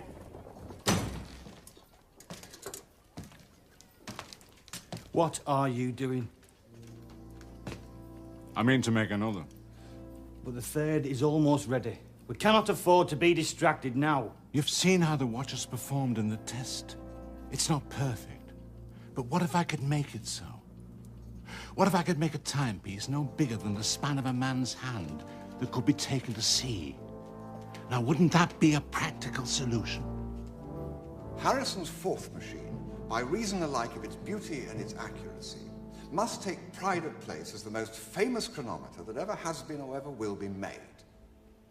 But the journey from his third machine, which you see behind me, to his fourth, thank you, is one of the most extraordinary mysteries of horology. Faced as he was by a seemingly insuperable problem of centrifugal forces, Harisson took a daring and lateral leap. It is as though an aeronautical engineer suddenly ceased development on a new aircraft and instead adapted the technology to make his bicycle fly to France. H4, as I've come to call it, resembles a large silver pear-case watch, about 5 inches in diameter. Indeed, it seems to have been designed for the daily wear in the pocket of some Brobdingnagian. At the moment, it's not working, but that is a state of affairs that I hope very shortly to do something about. We should be finishing work on our third machine, not wasting time on this deck watch. Wasting our time? The machine is almost ready for its sea trial. Now, we've not had time to conduct a 28-day test on this watch, let alone 3 or 6 month trial. I'll go when I'm ready, not before. Then we need to apply for more money. We cannot survive any longer than what we have. Mr. Jeffries at least should be paid, even if we are not. Are you unhappy, Mr. Jeffries? Me, sir? No, sir. There you see.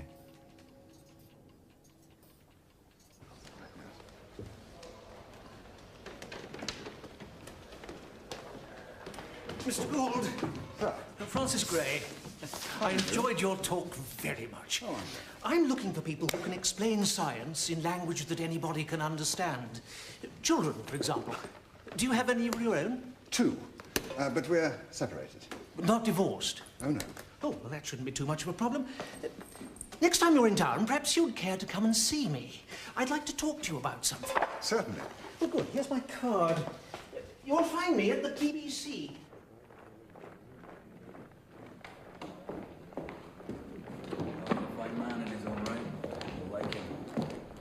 Mr. Harisson. Reverend. I think you know Captain Campbell. Captain Campbell of His Majesty's ship Dorsetshire. Congratulations. Captain Campbell has been assisting me in the preliminary testing of Dr. Meyer's tables. The Reverend is making a mathematician out of me. The results are very encouraging. I've been commissioned by the Royal Society to travel to St. Helena to observe the transit of Venus. So on the way, I am to make further tests of the tables. What brings you here? We're applying for trial. A West Indies trial. Specified by the Act of Longitude. That's great news. And not before time. I'd almost given up on you, Mr. Harisson. I hope you will accept my services in any way I can be of assistance. Thank you. Mr. Harisson? Gentlemen.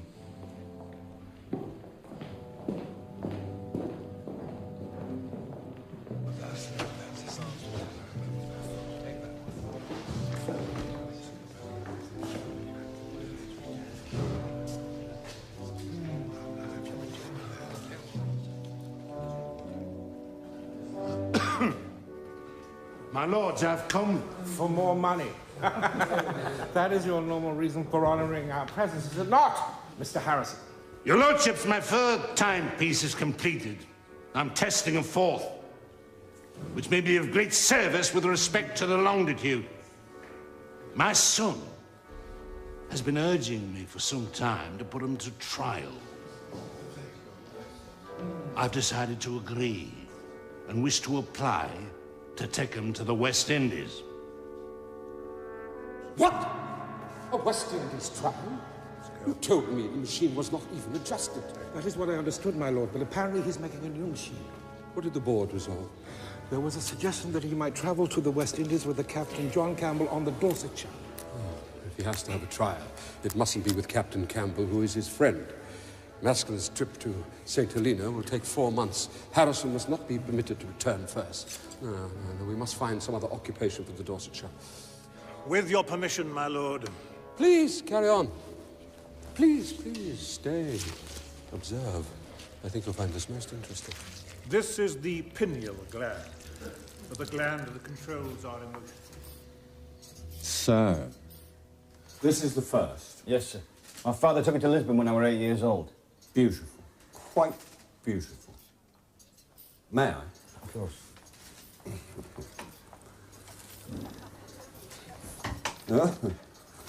Remarkable. And it has kept time continuously for 24 years. Ah. And this is the second, and this the third. And this is our new watch. Extraordinary. I congratulate you, Mr. Harisson. Which of these will you take to the Indies? I will take neither. I'm an old man, not fit for a long journey. Besides, I'm no sailor. My son has an enthusiasm for the sea, which I do not share. I shall send him in my stead. But you must be present for the trial. My lord, as you know, we've had difficulty in finding a ship. Mr. Campbell wished to take us, but he was ordered away on other business. The delay has, however, allowed me to continue testing my watch. I'm pleased with it. Very pleased. I shall keep the third machine here in London with me. Send the watch for test, under the care of my son, William. Well, I hope to be of assistance. I can't promise you a captain as sympathetic as John Campbell, but I will do my best. Thank you, my lord.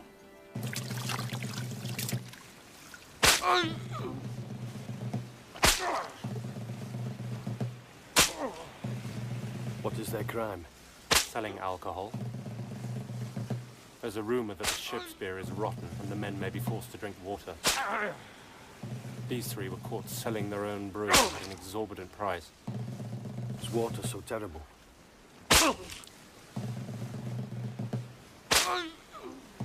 Mr. Harisson, please do not walk away. It is a requirement that punishment should be witnessed by the whole crew.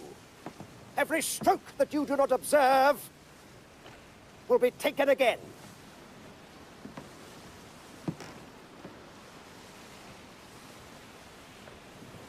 Thank you, gentlemen. This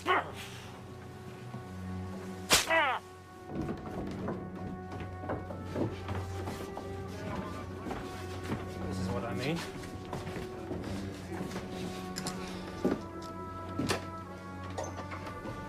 This is your water, sir. This is what there is for the men to drink if the beer is fouled.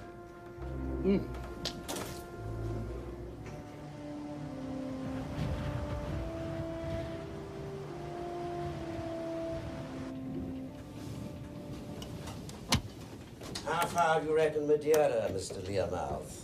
2 days, travelling south-southwest. Damn and blast the bloody purser. We should all have dry throats by then. I believe that we're closer than that, but the direction is due south. Did you speak, Mr. Harisson? Well, according to the watch, we should sight Porto Santo at dawn tomorrow if we hold our present course due south. I've checked the figures very carefully. What do you say, gentlemen? Mr. Harisson, I don't pretend to understand your calculations, but I'm under instruction to test your watch, and test it we damn well shall. Mr. Learmouth, hold this course until tomorrow morning. Yes, sir.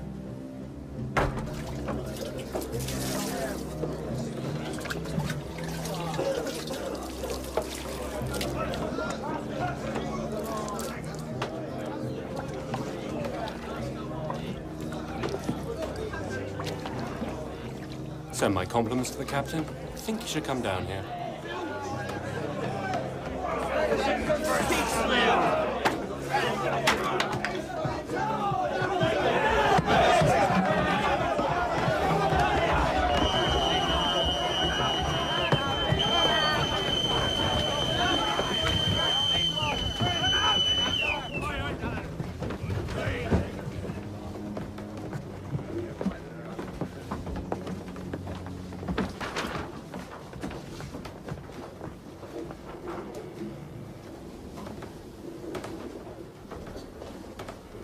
Pour me a drink.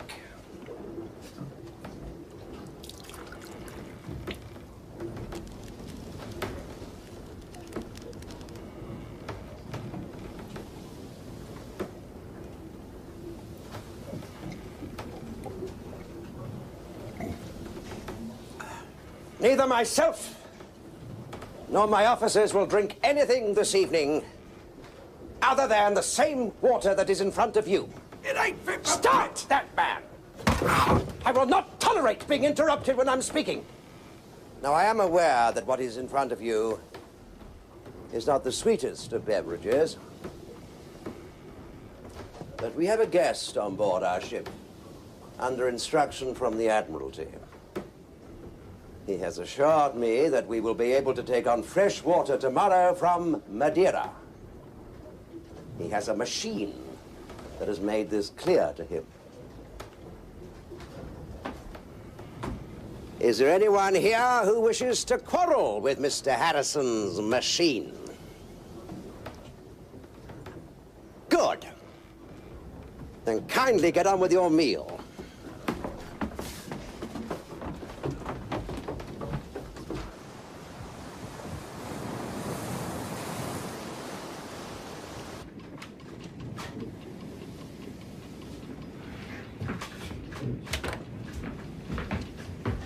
Good morning, sir. Good morning, Captain. What time is it? 5. Not long now, then? No, sir.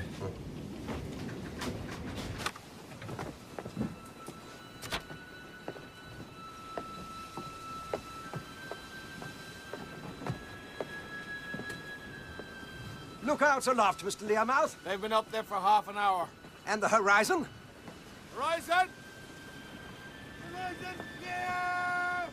Horizon clear! Thank you, Mr. Learmouth. Let's put an end to this. Mr. Seward, I want all hands to quarters within the hour.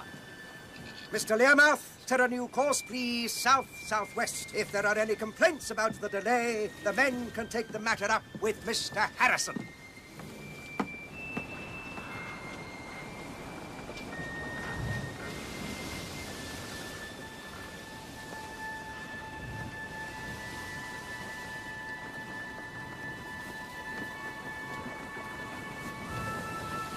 Sir, Lieutenant. just that cloud over there. You don't think it could be? Give me your glass. Land ho! Land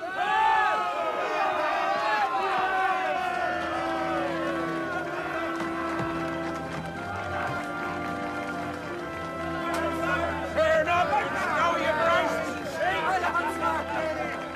Mr. Harrison, it seems I owe you an apology.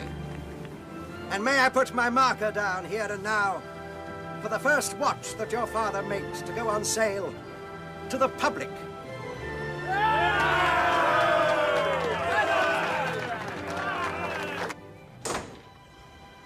You manage all right? If you put it on the back seat, I think it'll be good. Rupert! I think you'd better take this as well. H4, thank you very much. I'm sorry if we appeared to act a little hastily. Anyway, I'm very pleased. I feel like Jack and the Beanstalk stealing away the treasure from the giant's castle. What? Nothing. Nice motor car. Not mine, I'm afraid. Borrowed it from a chum in the RAF. I can't afford one. Of course. Are you all right? Thank you so much. Look, if there are any expenses involved, tools or whatever, make a note of them and send them to me, won't you? Thank you so much.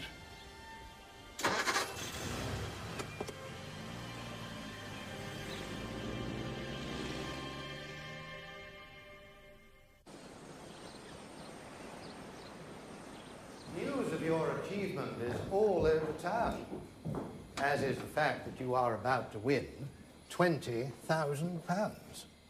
You're going to be a very popular young man, Mr. Harrison. I envy you. Thank you. But I have to get back to London before I can be sure. Mr. Harrison,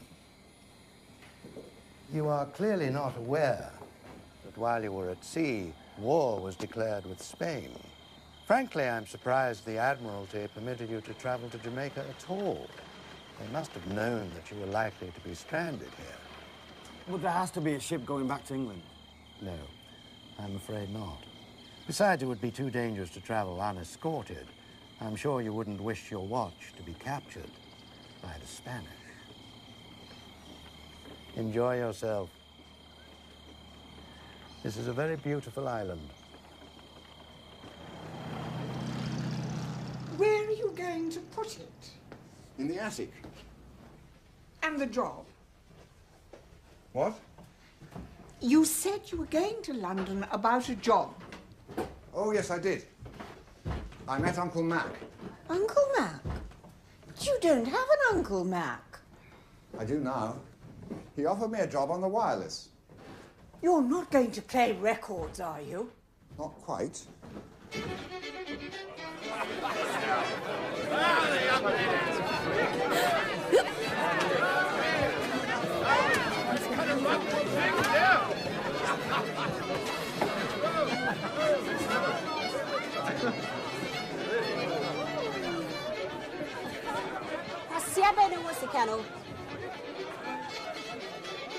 Do you speak English? He wants to know which of you is the rich bastard.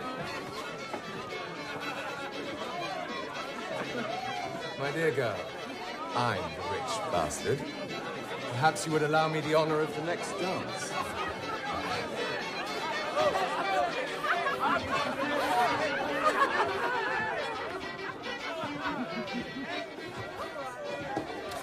Look over there. Who are they? They're from the Merlin. Arrived this afternoon to offload some prisoners and claim their bounty. The ship's a hulk. 2 masts sprung and half the rigging gone. They were on their way to England when they came across a privateer. Lucky bastards. What's the name of the captain? Irish fellow, Burke. William Burke.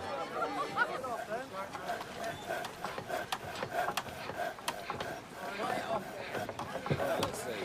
2, 4, 6, 8, 10, 12. So that's 3 officers and 12 men, not including the one who died. Good, good. Buenos dias, Harrison. We'll take you with us as long as you're ready to leave tomorrow. Tomorrow?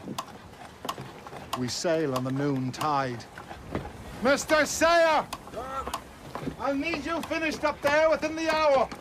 I have to take observations to establish the longitude of the island. Can't you wait another day? My orders say I must make sail as soon as I'm seaworthy. So, you better get on with it then.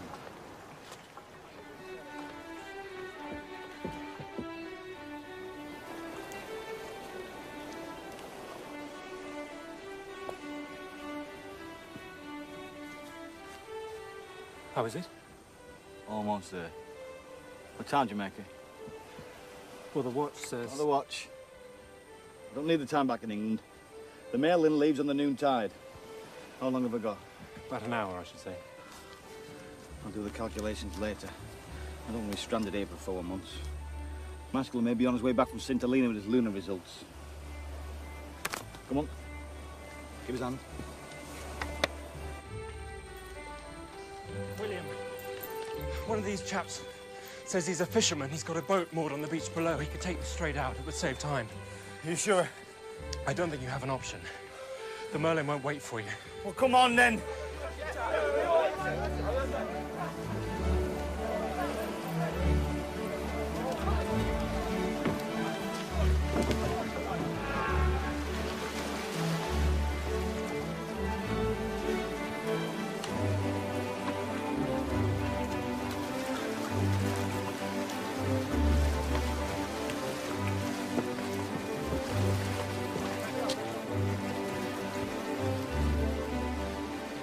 Good luck! Thank you!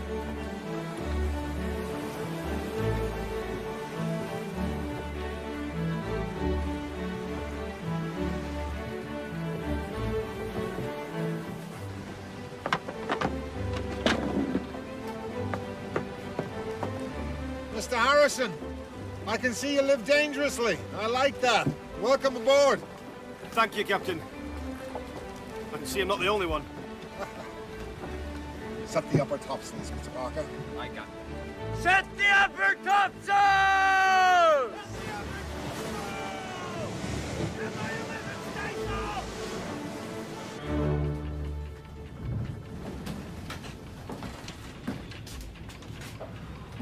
Have done with your sums, Mr. Harrison. Go up on deck. It's a fine sight.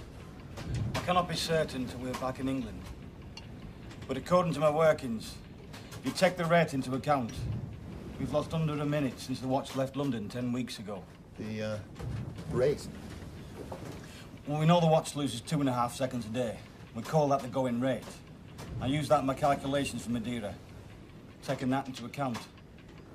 It's a possible error in longitude of less than half a degree. Let me be the first to congratulate you. No, thank you. I'm already drunk. All my life. My father's life. I've been for this moment.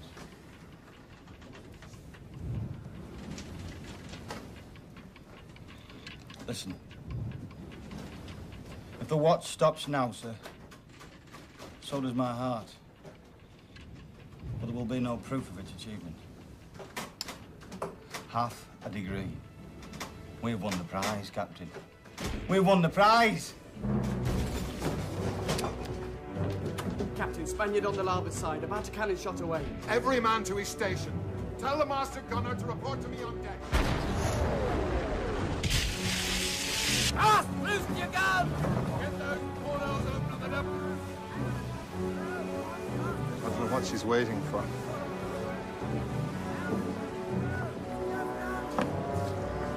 Stand the guns by. Aye, Captain.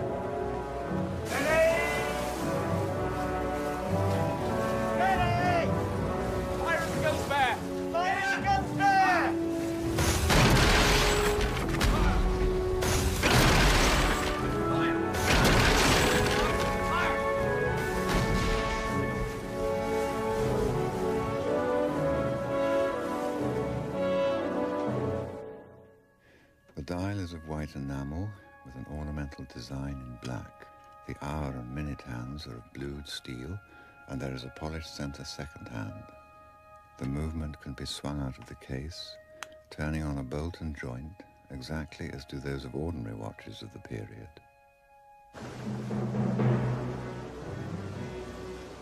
It's no good.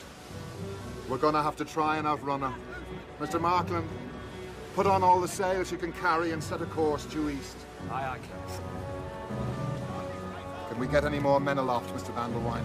We're taking on water forward. We've got to keep the pumps manned, sir. 8 men at the pumps at all times, changing every quarter. Mr. Hallam, and holding you responsible. Yes, sir.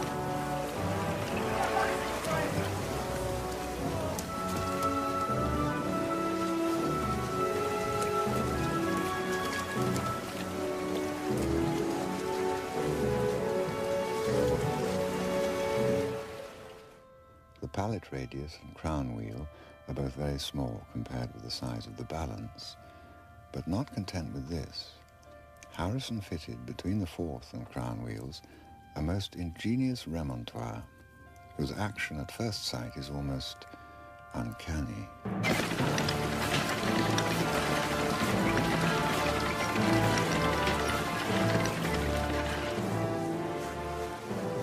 All right, lads, over she goes!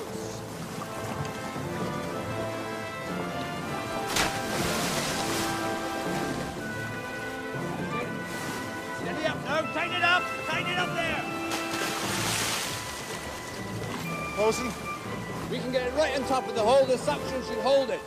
We'll have to keep the pumps going day and night, sir. The mist is starting to lift. Quick as you can, Bosun. You heard the captain! Steady now! Now haul away! Come on now! The watch beats 5 to a second, a slight recoil being perceptible at each beat, and goes for 30 hours. The plates are of brass, polished but not gilt. The pivot holes are jeweled as far as the third wheel, that is to say, those of the balance, staff, detente, contract wheel, fly, fifth, fourth, and third wheels. The jewels are rubies, and the end stones diamonds. It is a masterpiece, weighing only slightly less than the brain that conceived it. Harisson?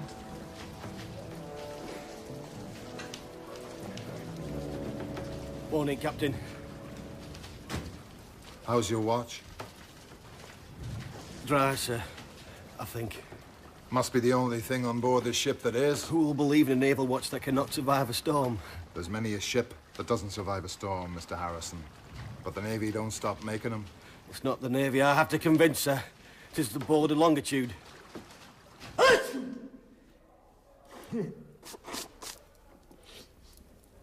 I'm very sorry, Reverend, to hear that your journey to St. Helena was unsuccessful. Unsuccessful, sir? I think you've been misinformed. 1,000 miles to observe the planet Venus, and it turns out to be a cloudy day. Am I misinformed? The transit of Venus was but one part of my expedition. The lunar observations on the voyage were most interesting, as I shall explain to the board. Mr. Harisson. Mr. William Harisson. We'll go together if you don't mind. My instructions are quite clear, sir. Well, don't worry. They can't hurt us. We won.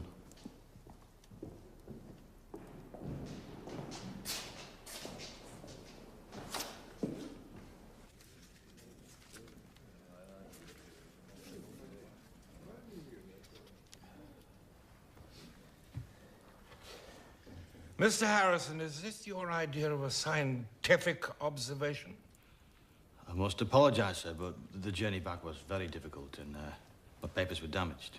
I am referring to the fact that it appears only one observation was taken in Jamaica. No, two, sir. But the second, it appears, was taken from another position.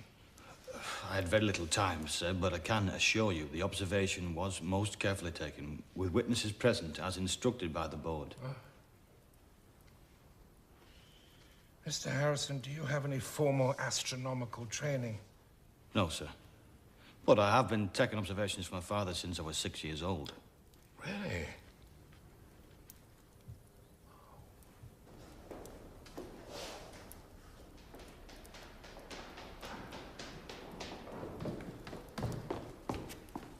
Mr. John Harisson.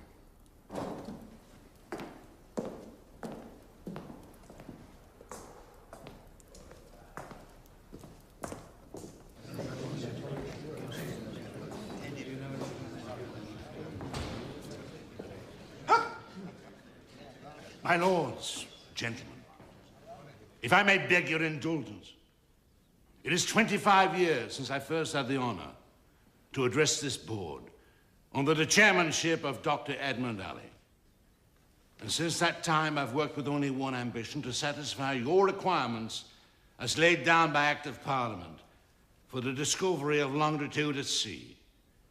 It is with both great pride and honor and humility that I stand here today with my son after his great trial. Thank you, Mr. Harris. May I? Thank you. Now, I have asked you here to inform you of the resolution of the board. That firstly, the brief calculations of Mr. William Harisson are to be sent for computation, and the instruments used in those observations are also to be sent for examination. The board will then consider these reports at a further meeting, the date of which will be announced in due course. That will be all for now, gentlemen. Do you know anything?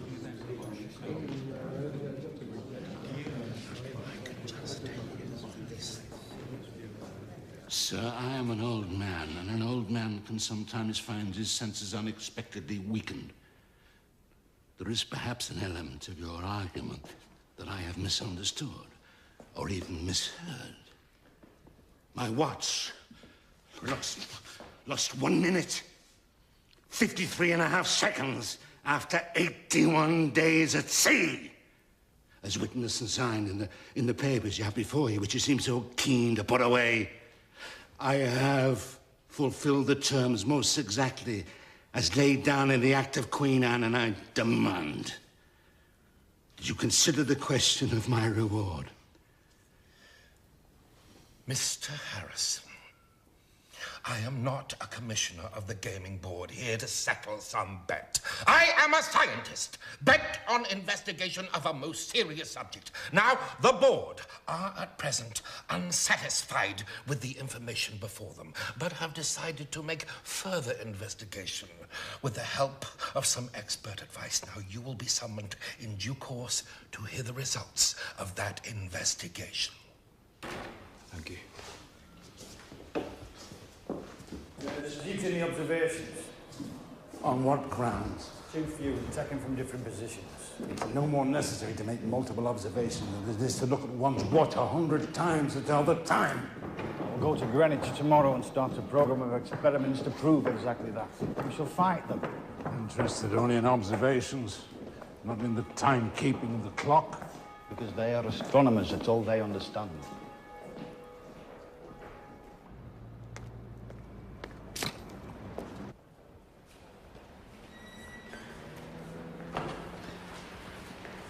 Rupert Gould, 10:30.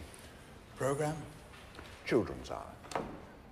You've got 7.5 minutes, which is about 1,500 words. How long is your script? I don't have a script. But you have to have a script. I have a watch. Don't worry, it'll be 7.5 minutes. Well, don't forget, at the end, say goodbye, everyone. Mm-hmm. Count to 3. 1, 2, 3. Then say goodbye. Why the pause? So the children can say goodbye back to you. I want you to close your eyes and try to think a thought that nobody else has ever thought before. Think very hard. Pay no attention to anybody else around you. What do you see? Is it just darkness? Or is there a picture? Most of us with our eyes closed just see the dark. But the artist or the scientist can sometimes see something new, something never thought of before. It's these ideas that can change our lives. And the people who think of them, whether they are musicians, painters, architects or engineers, are called inventors. Some of you listening now are inventors. Open your eyes. Look around. Can you tell who it'll be? Will it be somebody with untidy hair and big glasses? I doubt it. But new inventions often seem strange at first, even frightening. Something that seems normal to us, the clock ticking on the mantelpiece, would have seemed like a magician's trick a few hundred years ago. Mr. Harrison, we have asked you here to acquaint you with the resolutions of this board. We find that the Jamaica trial recently undertaken was not sufficient to determine the longitude at sea laid down by Act of Parliament. Sir, I beg to differ with you. Please let me finish, Mr. Harrison. The board therefore wishes to instigate a further trial with Mr. Harrison or some suitable individual accompanied by an astronomer approved by the board to witness the observations. Gentlemen, at our last meeting, you questioned the observations taken by myself in Jamaica. Since then, I have compiled an extensive report prepared at Greenwich. Please don't exert yourself, Mr. Harrison. The board has withdrawn the objections to your observations. Then why did we fail? One trial of the watch proves nothing. The results may have been chance alone. And besides, the board is not satisfied that the true longitude of Jamaica is known, and feels, therefore, that a proper evaluation is impossible. But you knew that all along.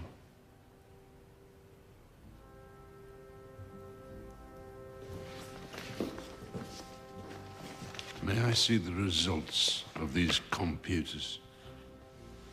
I don't think so, do you? No, I'm afraid not. I mean, that would require their individual permissions, and we don't have that at the moment. Now, I must ask you, Mr. Harrison, whether you will accept the resolution of this board for a further trial accompanied by an official astronomer. Maritime museum's a marvelous idea. And the perfect place for Harrison's masterpieces.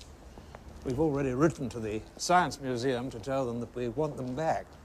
They were not pleased, I can tell you. In fact, I've applied for one of the curatorships. Yes, I know. I wanted to talk to you about that. Have they considered my application? I'm afraid your application was not officially put before the committee. Why? Well, I'm not the one that decides these things, but after all that nonsense in the newspapers, it was not felt appropriate. That's it. Keep her level. That's it. Steady as she goes. Very good. Excellent. Keep going. Yes. Thank you. Thank you so much.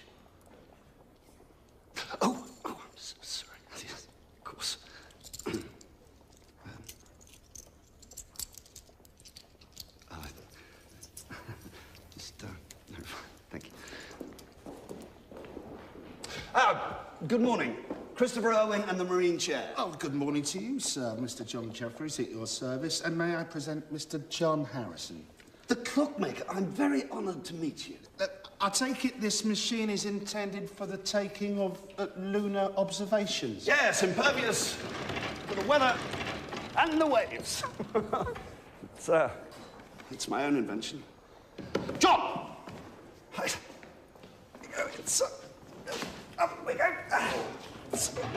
Simple, yet effective, and will completely solve the problem of the longitude. I've made two, ready to sail to Barbados with the Reverend Maskelyne. Maskelyne? Yes. They said I should be here at midday. Mr. Bliss was most particular. Mr. Harisson?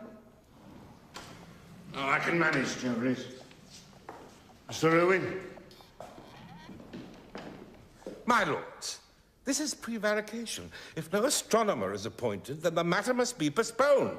I humbly beg your indulgence. Sir, we're aware that you've made various unsuccessful applications, and unsurprisingly, perhaps no reputable man has agreed to waste his time on such an expedition. We should therefore move on to other matters.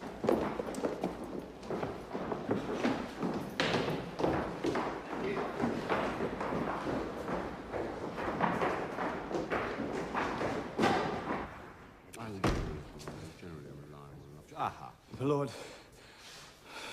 I must apologise for my late arrival. Mr. Harisson, we are discussing the matter of an astronomer to accompany the trial of your father's watch. My lord, I have a proposal. Mr. Green at Greenwich... Oh, we have already covered this. Now, he did write to Mr. Green, but sadly, I spoke to him yesterday and he must decline. His recent duties at the observatory are extremely demanding. I can confirm this, my lord. I was there, and Mr. Green was adamant. My lord, I've just come from Greenwich, where I had the good fortune to speak myself with Mr. Green. I trust, Mr. Harisson, it's not your intention to question the word of two members of this board. No, my lord. But Mr. Green has kindly agreed to accompany me here. No, I certainly have never seen anything like it. Most extraordinary. Stays completely upright in any weather. I see. Mr. Green, what are you doing here? I'm not exactly sure, Reverend. It has been a most confusing morning. Christopher Irwin, the Marine Chair. Mr. Green? Excuse me. You wouldn't by any chance be the Reverend Maskelyne? What? My name is Christopher Irwin, and this is the Marine Chair. Yes, I think I'd gathered that. So, in principle, Mr. Green, you would be prepared to accompany the expedition? Yes, but... But what you are saying, I think, is that you would require permission from your superior. Correct me if I'm wrong? Well, perhaps my colleagues and I could help you with that. Dr. Bliss, who exactly is Mr. Green's superior? You know perfectly well he works for me at the observatory. Then, if you were to remove your objection, the matter may be settled. My lords, I believe the Reverend Neville Maskelyne would be a more suitable observer. His presence on the trial would allow us to test the lunar data he is compiling. I have here a copy of his new publication, The British Mariner's Guide. It contains an entry for the position of the moon at every day of every hour for the next 3 years. It enables, with observation, the calculation at sea of the longitude. Very well, my lord. I propose that both Mr. Green and Mr. Maskelyne go. Can we all agree on that? Then the matter is settled. I think there may be one or two other points to clarify.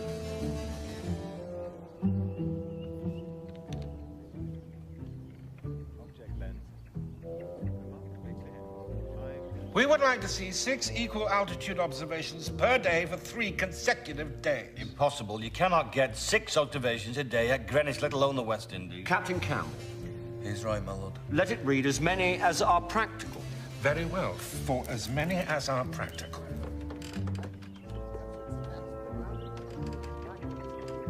Keep him level.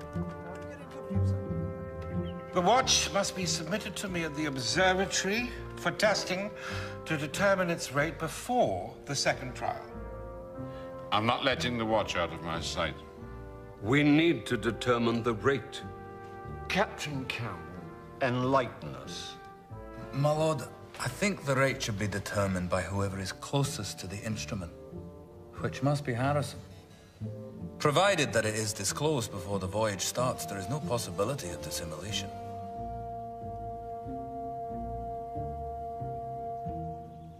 We believe that the Reverend Maskelyne should travel on a different ship than the Harrisons so that he may have more time to set up his instruments for the observation of Jupiter's moons.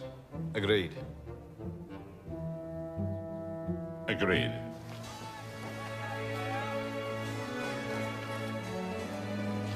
Gentlemen, the Reverend Maskelyne will be in Barbados 1 month before you and will have everything prepared for your arrival. It remains for us to wish you every success aboard His Majesty's ship, Tartar.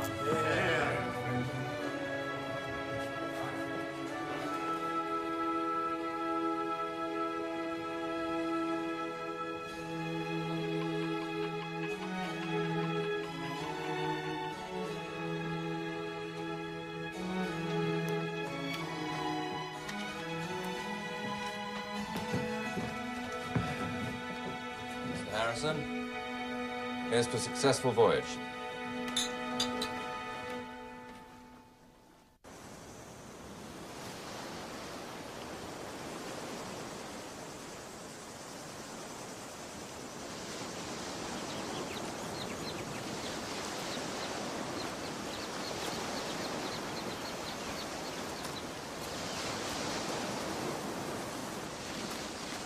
Well? I would like to take another observation, if you don't mind, just to be sure. Indeed. Captain Lindsay. Certainly. Ah, Mr. Irwin, just in time to witness our observation. We were expecting you to meet us. No one told us that you had arrived. The transmission of information is not a strong point among the inhabitants of this island, I'm afraid. How was the voyage? Very satisfying. Where is Maskelyne? Well, the man's an idiot. Could you hold us a moment? Yes, of course. He has no understanding of my chair. Simply because a hinge broke on the second day out, causing him some very minor inconvenience, he's completely refused to use it. I mean, what sort of a scientist does that make him? 23 degrees of elevation. The watch at 3:57. That gives us a longitude of 59 degrees, 0 minutes, and 30 seconds. Captain Lindsay, would you be kind enough to give me your signature, sir? Is that it? What do you mean? Is that all you do? I'm sorry to disappoint you, Mr. Irwin. What did you expect? Mr. Green, would you care to witness? Oh, of course, Mr. Harrison. Well, the Reverend Maskelyne spends half the day calculating his sums, and with a good deal of bad temper besides.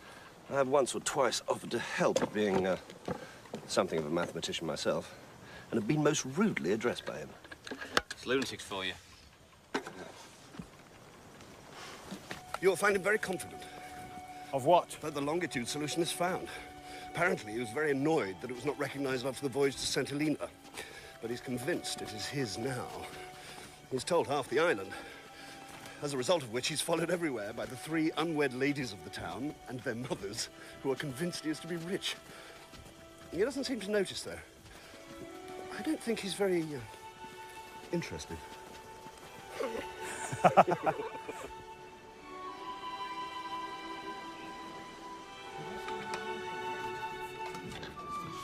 Oh, it is a hard life, I admit, but I find myself enjoying it. No, there's no training required whatsoever. I mean, anyone who sat down before can use it. Well, almost anyone. Thank you. I'd expected to see the Reverend Maskelyne here. Sends his apologies. Thank you. He's at his observatory. It's out there in the hills, outside the town. He's expecting to see you tomorrow morning. You must be very proud to be part of his expedition. I beg your pardon? Madam, Mr. Harrison intends to challenge the reverend gentleman, not to support him. He is his competitor. Oh dear, how silly of me.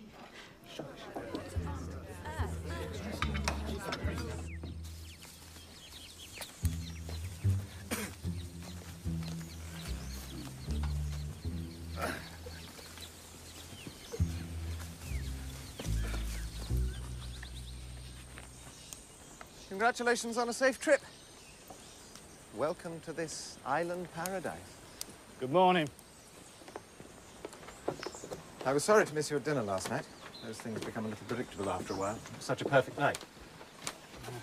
I understand it is you who is to be congratulated. Really? Now, everyone at dinner last night informed me you'd won the Longitude prize. You should not take talk like that seriously, Mr. Harrison. I wouldn't. Were it not for the fact that the talk apparently came from you, Reverend. Under the circumstances, I think it would be improper that you take the equal altitude observations that will determine the accuracy of my watch. And I would prefer them to be taken by Mr. Green here and witnessed by Captain Lindsay. How dare you say that to me, sir? I am a scientist. Oh, dear boy, I don't think he meant... Oh, shut up, you stupid, stupid man. Gentlemen, could I suggest a compromise?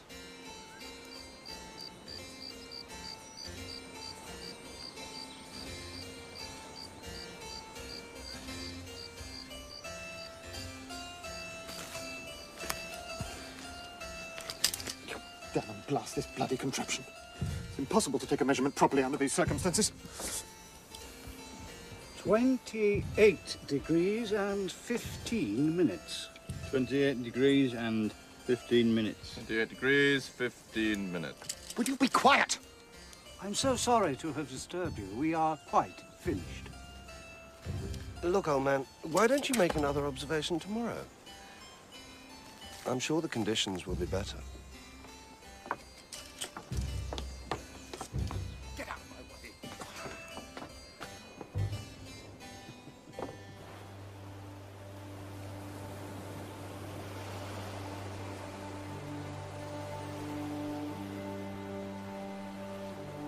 William. I thought we'd lost you. I think perhaps you have. You know, today is the first day I can remember when I haven't looked at a clock or a watch, or even done a calculation. I didn't know what to do at first. And I just started to walk. What is it? Bad news, I'm afraid. I found you a ship. She's a merchantman. Captain's name's Robert Manley. Seems a good fellow. And, she sails at noon tomorrow.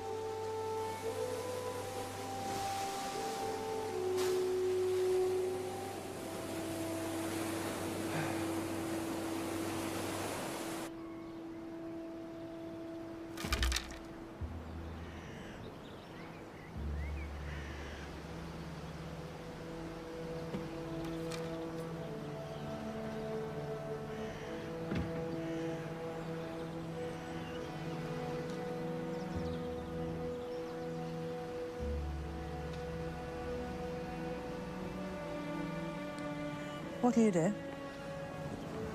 Sell the house, I suppose. There's no choice about that. I can't afford to keep it. Well, where will you live? Oh, I'll find somewhere. A small hotel. What about the clocks? I don't suppose a hotel would put up with them. There's only one left, you'll be pleased to hear. It's proving to be a bit tricky. I'm sending it back to Greenwich. I'll finish working on it there. Oh, yes, Cecil said you'd applied for a job as a curator. No, I changed my mind about that. Well, goodbye then. Goodbye. Laura says there's going to be a war. What do you think? I don't think so. It's all phony.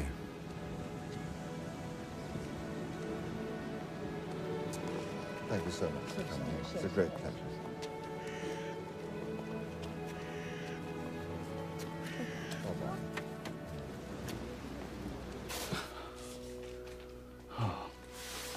How is he?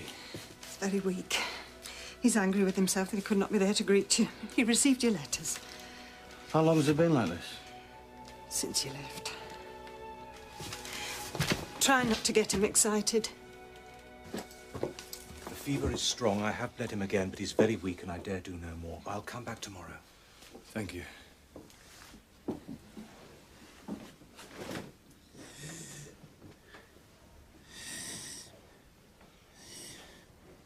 When I was just a baby, I remember lying in bed, very sick, a watch in front of my face while she sang to me.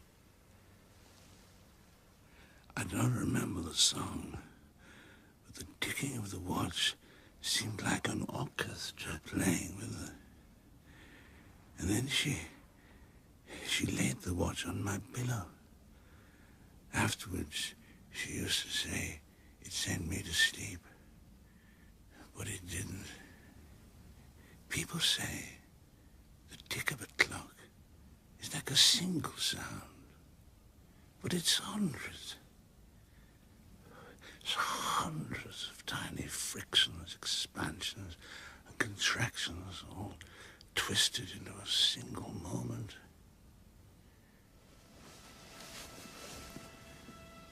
I'm very sorry I wasn't there to meet you. Never mind about that. We did it. Mr. Green was there and witnessed everything. Even Masculine can't deny it. This time, they can't refuse us. I'd like to see their faces when you tell them.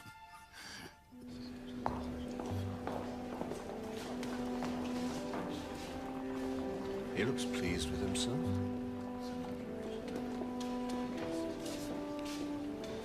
Still, there is one piece of news. The very Reverend John Bliss had the misfortune to fall off his horse whilst taking exercise in the park. He did not recover. It's devastating, isn't it?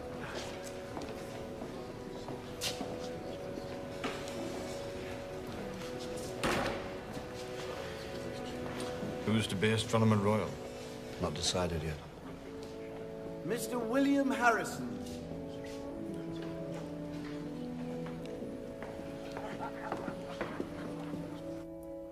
Mr. Harrison, you may have heard of the sad death of the Astronomer Royal in your absence. Yes, sir. I'd like to take this opportunity to present the new Astronomer Royal. Good morning, William. The Reverend Neville Maskelyne recently returned from a most successful trip to the West Indies. The members of the board will be familiar, I think, with his report and the astonishing success he had on his journey, and the triumphant use of Professor Meyer's tables. My lord, I'm sure I also must congratulate the Reverend Maskelyne, but as we all know, the calculation with the watch may be completed in a matter of minutes and does not depend upon the weather. Be quiet, Mr. Harrison. We are coming now to the matter of the watch and the opinion of the computers. Captain Campbell, you attest that this is your report and that you and your colleagues agree on it? We do. Very well. Mr. Harrison, please step forward. It is the finding of this board that the watch or timepiece created by John and William Harisson did keep correct time within the greatest accuracy required by the Act of Queen Anne as drawn up by Parliament 51 years ago.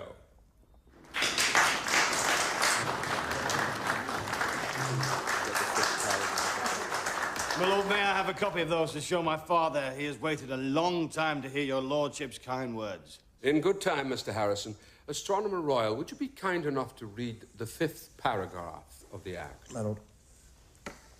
And be it further enacted by the authority aforesaid, that as soon as such method for the discovery of the said longitude shall have been tried and found practicable and useful at sea. Thank you. Practicable and useful. Those are the words I wish to draw to your attention. We accept the usefulness of the watch, but is it practicable? Mr. Harrison himself has never permitted this committee to examine the workings of his timepiece. I suggest to you that is because he himself has doubt about the practical use of his invention.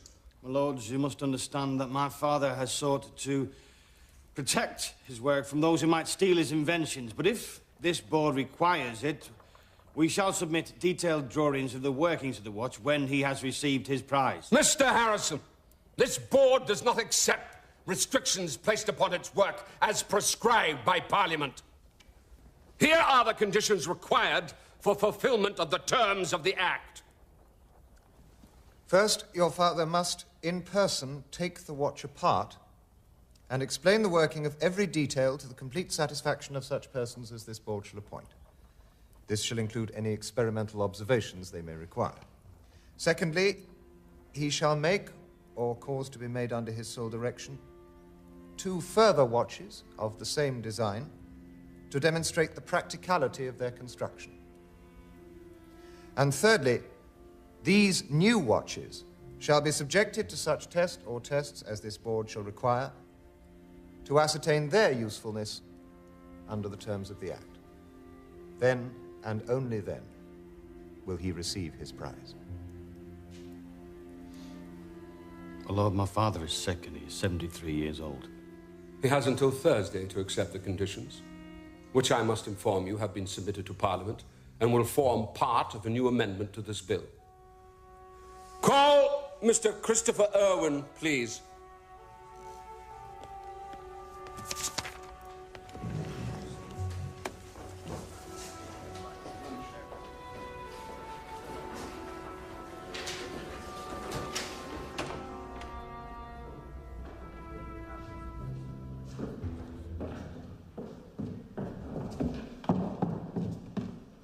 You all right, old man? Yes, thank you. What's Maskelyne doing here? He's the new Astronomer Royal. Oh, turd.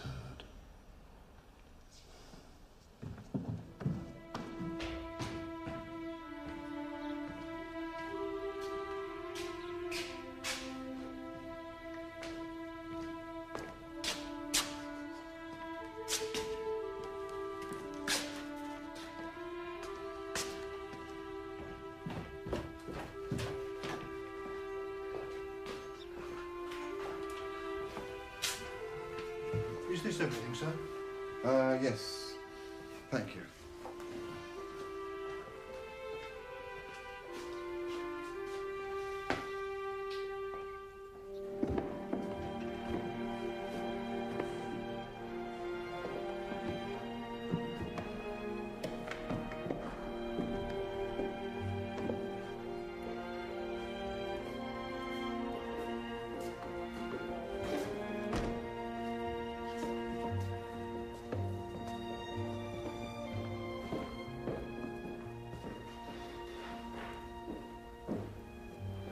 My lord, if I may beg your indulgence, I'm not yet used to speaking. My son speak for me. Perhaps your father would like a chair. Oh, thank you. No, thank you. Well, let us proceed to the business. You accept the terms of the board? My father accepts the need for disclosure of the working of his watch, but wishes that he might demonstrate the mechanism to such people as may understand it, not to theorists. That is for us to decide. They can choose who they like. I'll choose who I let in my own house. I beg pardon, Mr. Harisson. My father is pleased to accept the board's nominations. There is one question. Your lordship requires that we be prepared to do experimental observations. My father is not clear what that means. Well, Reverend Maskelyne. There's nothing sinister about it, merely that if there is a detail not understood by the committee, such as how Mr. Harisson is accustomed to, what's the word? Temper a spring, for example, he should demonstrate his technique to us. What does he understand about the tempering of a bloody spring? Would it be possible to set out more explicitly what the board requires so that we might be prepared for it? No, sir! It would not! It is not your business, sir, to limit the inquiry of this board, but to satisfy it. It is not my business, sir, to explain the workings of a lifetime to a group of dog-collared university book swallowers who wouldn't know the difference between a balanced spring and a bent pin.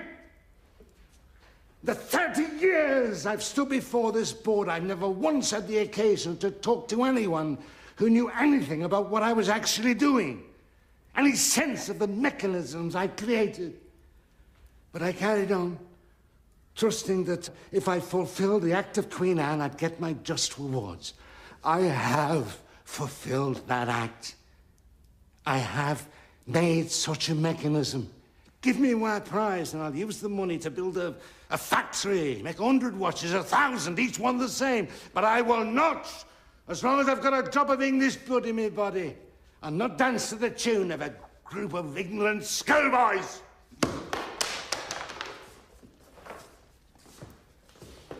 Mr. Harrison. Mr. Harrison!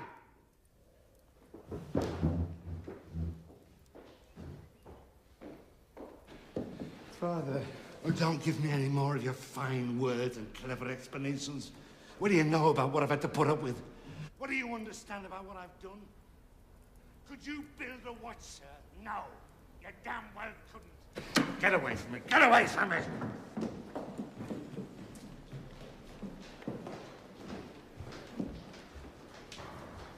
William. William. If you wouldn't mind.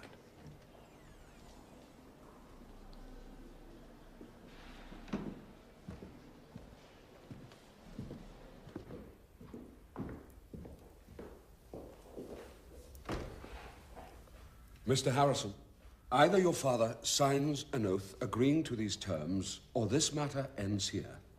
We are prepared to pay half the award, less those monies paid out, once we are satisfied with the disclosure, and the other half when the new watches made by your father have proved their worth.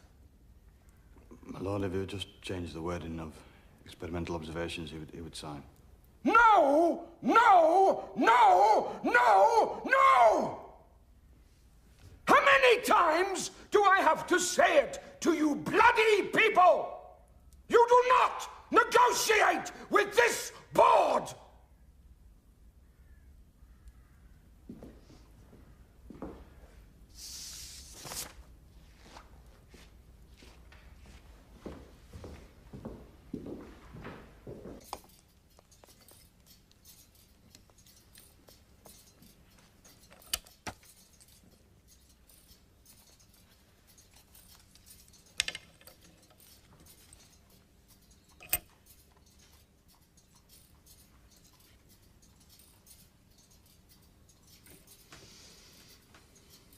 I'm 40 years old.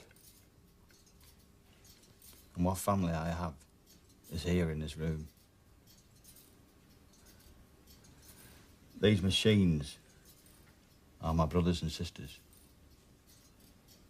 Certainly I know them better than any human. So do you.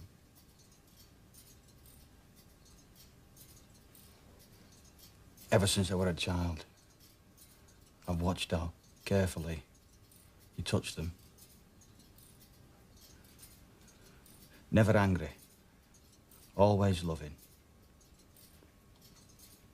Nothing I could ever do could make your eyes light up in the way an infinitesimal sliver of time could sometimes make you weep with joy. So I tried to slide myself between them and you, hoping that some tiny drop of that feeling might fall on me. As I grew older, I thought, if I can understand them, perhaps you would begin to understand me. Until they became my life too. And so I find myself now knowing the touch of a brass wheel better than flesh and blood.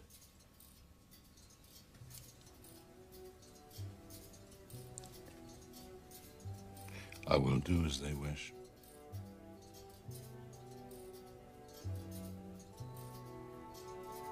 I wanted you to be safe.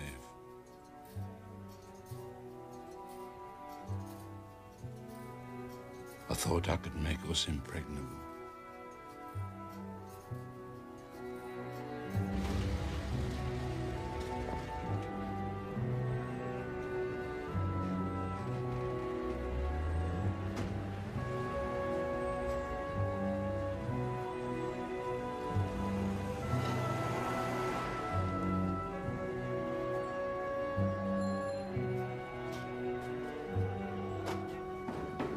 What's going on?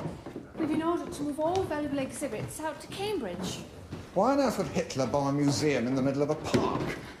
It's just orders. Oh, just orders. I heard that.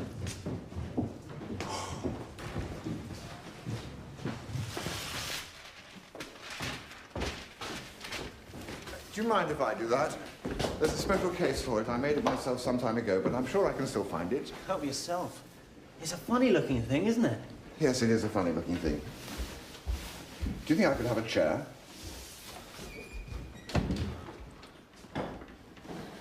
Thank you. Look,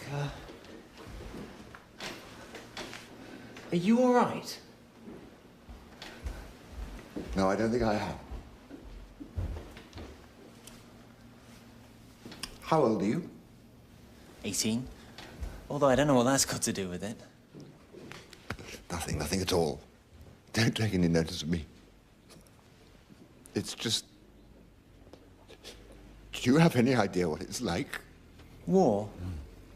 Is that what you're worried about? It'll all be over before it begins. Germany don't want a war. It's just their way of waking us all up.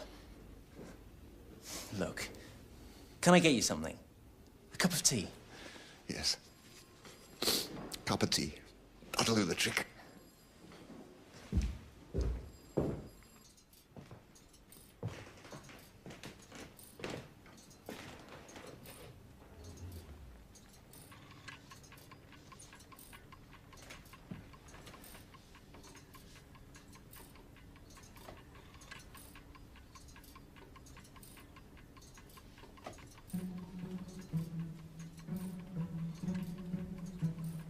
What I'm suggesting is that they could go to different destinations, and if one of them's destroyed, the others will survive. Is that possible? Well, look, I'll do my best, but at the moment, it's all I can do to get everything over to Cambridge.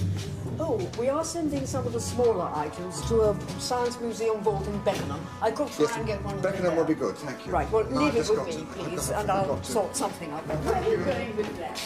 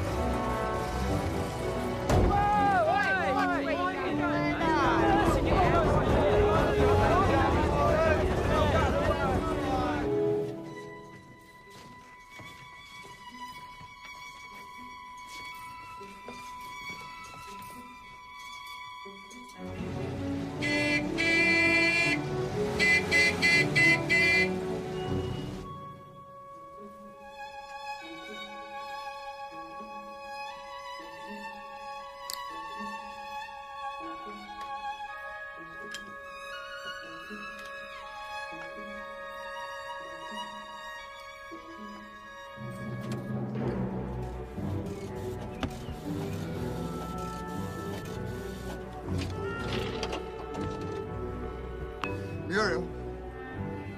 Muriel! Is that you? It's just that...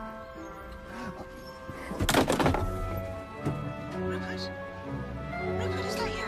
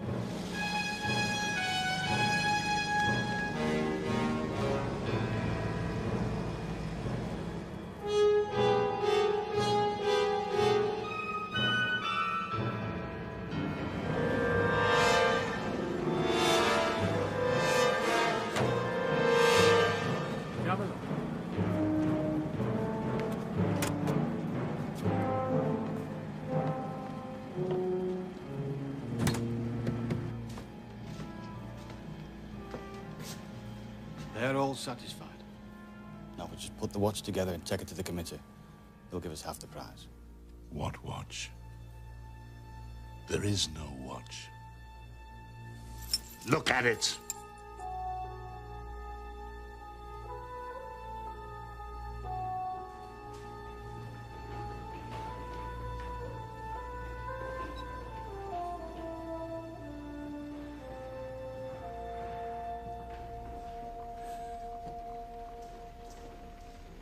You know, the strange thing is, I want to build another one. Taking it apart and putting it together again. I can see improvements. You have to make a duplicate. Those were the terms. Terms? What do they know? Wasn't one of them who understood what I was saying. Even the watchmakers didn't see everything. They think in straight lines. Are prepared for the curve, line of surprise that takes you to a place you cannot see.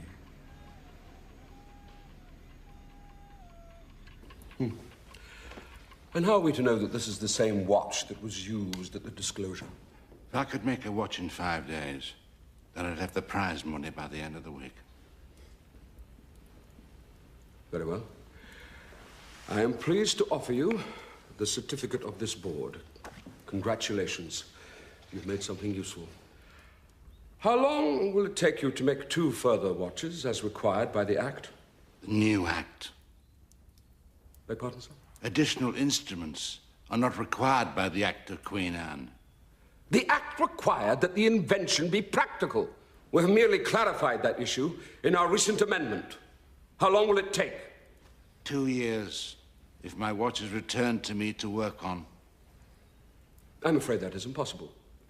Your watch, as you call it, is of course our watch, and this board intends, under the direction of the Astronomer Royal, to conduct a series of tests at the observatory in Greenwich, at the conclusion of which Mr. Larkin Kendall will make a copy of the watch, and I think you will agree his need is the greater.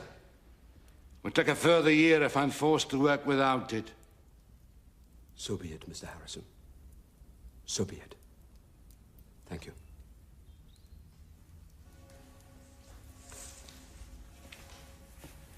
Mr. Harrison, I have instructed the Astronomer Royal to collect the rest of the timepieces. Why? Because they are the property of this board.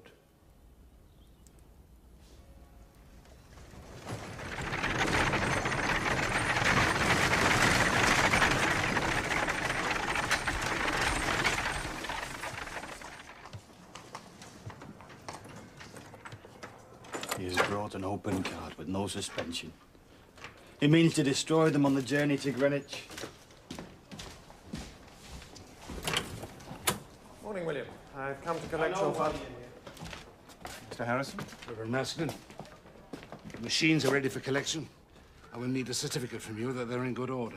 I'm not sure I'm a good judge of that, sir. Of course, I agree with you. I can state that they appear to be in good order. I think that will suffice. I can state as a fact they're in perfect order.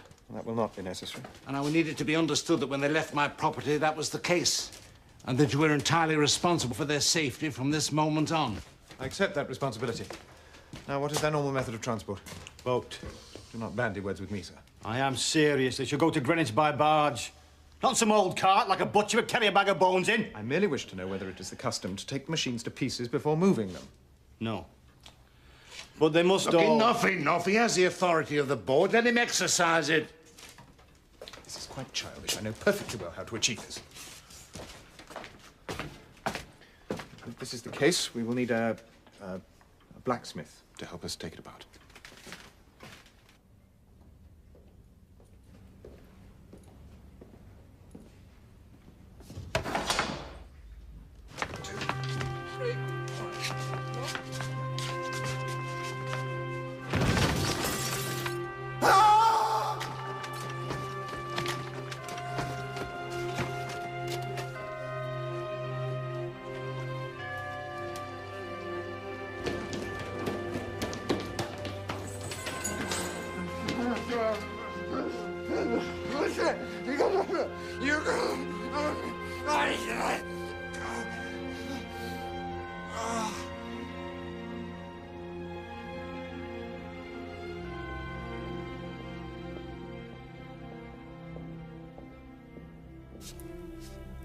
Your father has been cruelly used.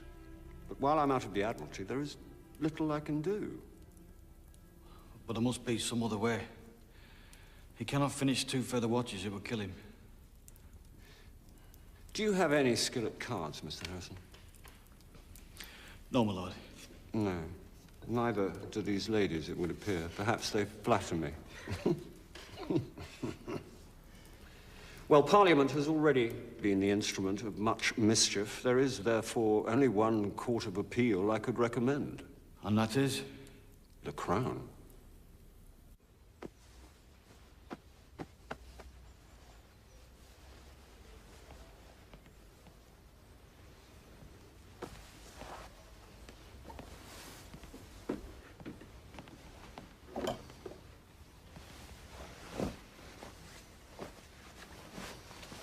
Could I have a look at that?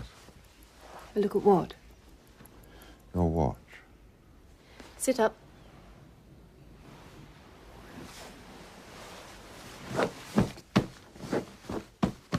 Down you go.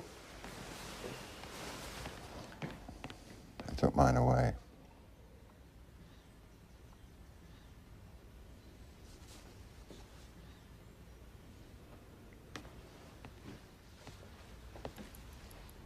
Here you are.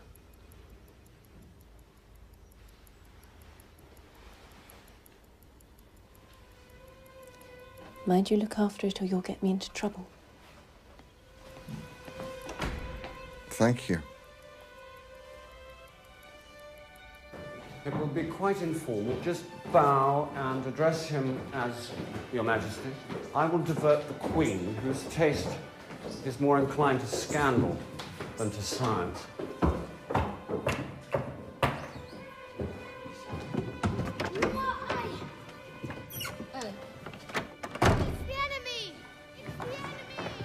I see we are to meet the entire family. His Majesty is a most conscientious father.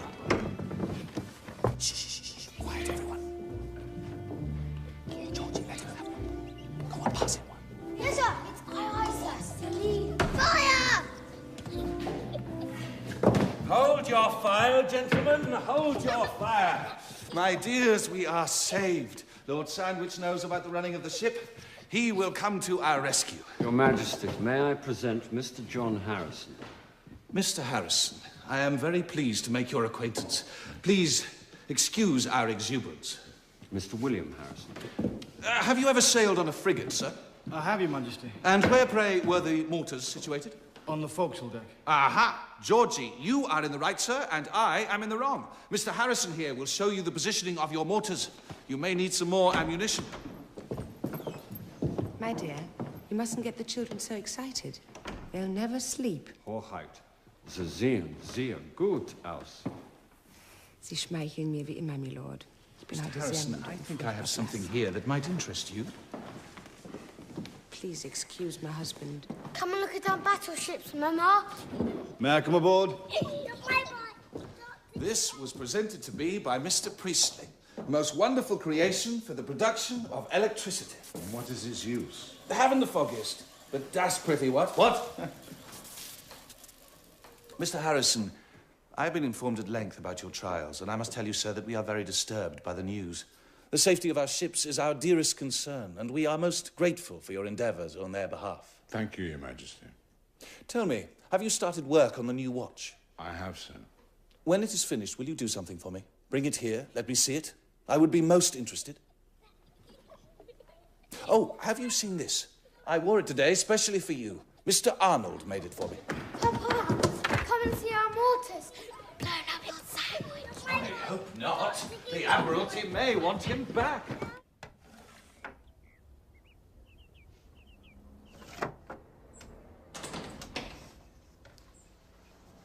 So do I get my watch back then?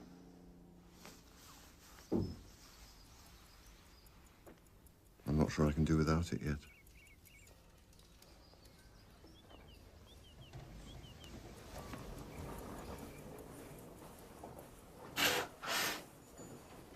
Have you had a walk today?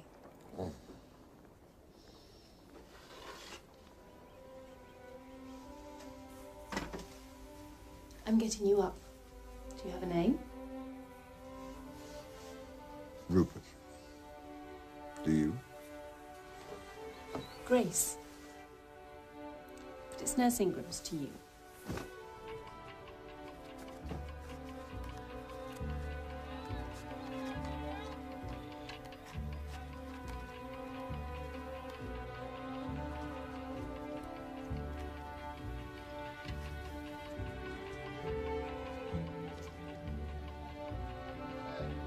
What do you think? It's good. Fit for a king.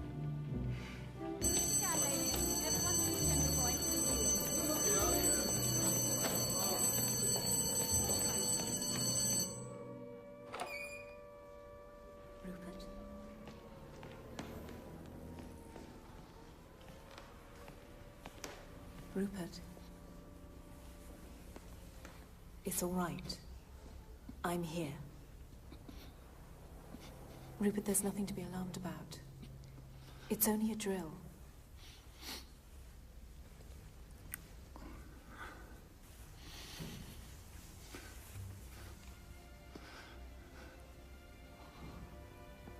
Feel the time.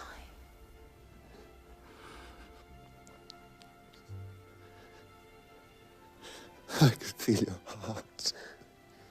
It's better. Finish the story you were telling me yesterday. About him taking the watch to the king. Did he? Yes. He did.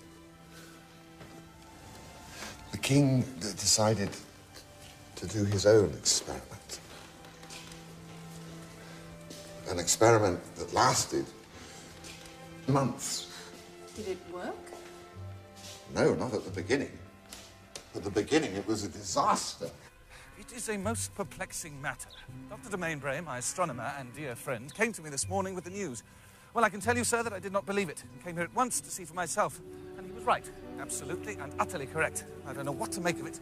I don't understand. What was wrong? Wrong? What? Was it slow? Did it stop? What that it had, sir. What? No, the problem is more serious than that. Your watch, sir, is going backwards.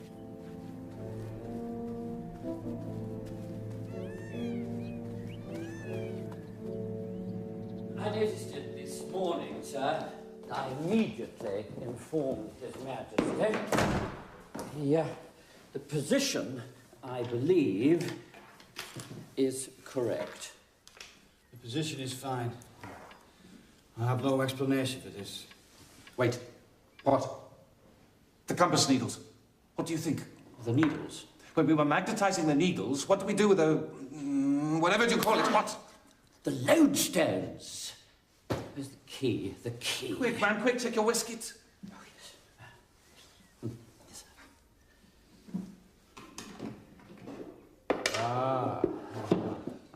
Lodestones. You think the magnets were affecting the clock? I am sure of it, sir. Take these out and throw them in the garden. Immediately.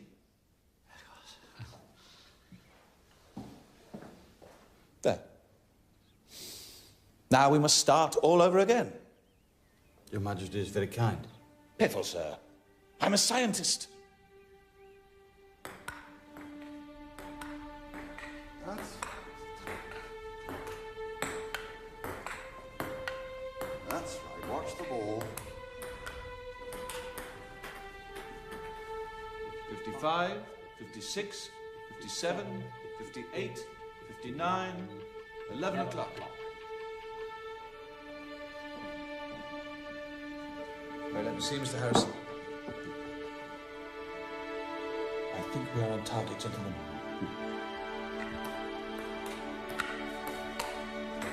Good. Getting the hang of it now. Sneaky.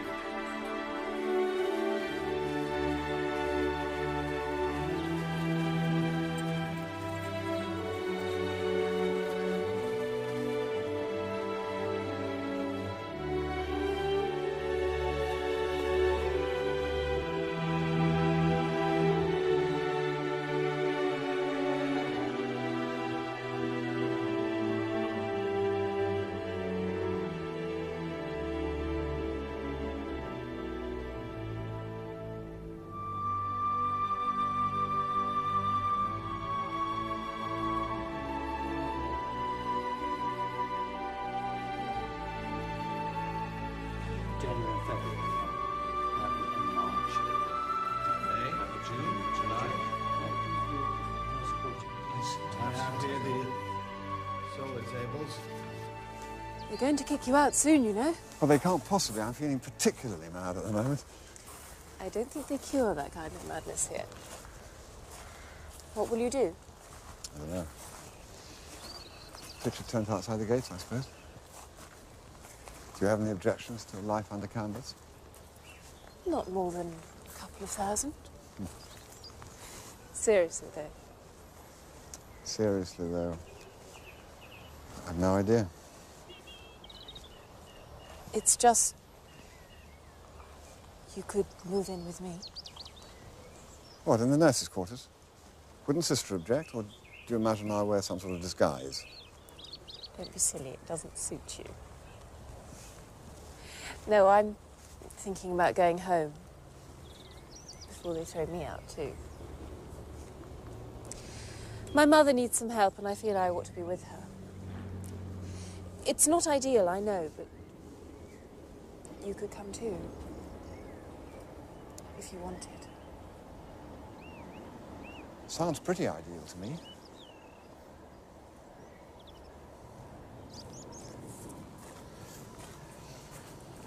They've had hundreds of proofs. What makes you think one more will change their mind? They must listen to the king. And there is one thing in our favour. Lord Morton is deceased.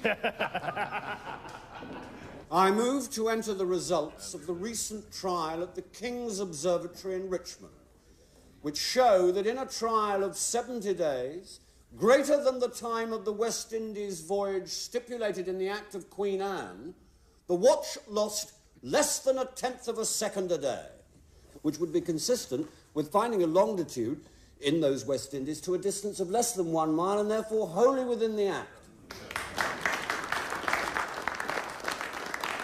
Sir, this board cannot accept an unsupervised trial, no matter how eminent the participants may have been. This board is charged by a most solemn act of Parliament, as these members are here to witness, and must satisfy its observations by its own eyes and not those of any other party. The royal trial was carried out under the strictest conditions, with 3 separate key holders, His Majesty graciously consenting to be one of them. The regulating clock was the subject of 9 observations of the sun to keep a check on its accuracy. Something the Astronomer Royal never attempted once during his own trial. Sit down, Mr. Harisson.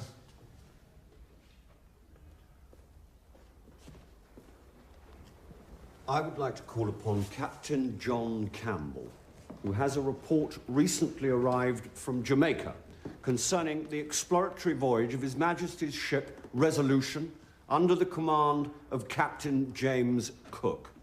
Captain. Gentlemen, Captain Cook is carrying a copy of Mr. Harrison's timekeeper made by Mr. Kendall and the astronomical tables of the Reverend Maskelyne. His full report will not be available until his return, but I am able to read you this extract from his log.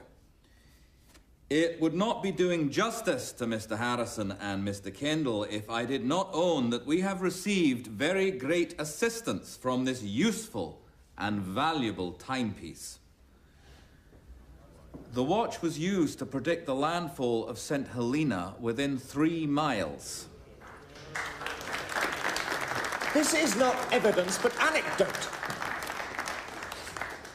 This board, under the direction of the late Lord Morton, made its conditions perfectly clear. When Mr. Harisson has completed work on his second copy, both watches will be subjected to a trial of several months on land and at sea with the utmost rigour. No other test will suffice. If you will excuse me, I have an important matter I must attend to. Mr. Harisson, if your business is finished here, perhaps you would care to accompany me.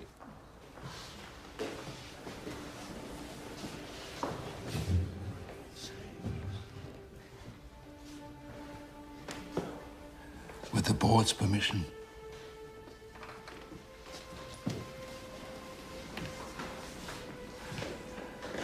I want to thank the board for giving me the opportunity to make a second copy of my watch. It is not often that the father is permitted to revisit the childhood of a much-loved child, as I've been allowed to. And on that journey, find a new respect and love for that child.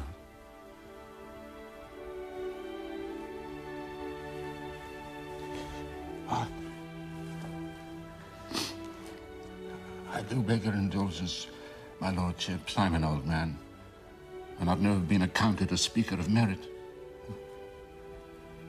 I may not be spared to complete another watch, but I've begun one.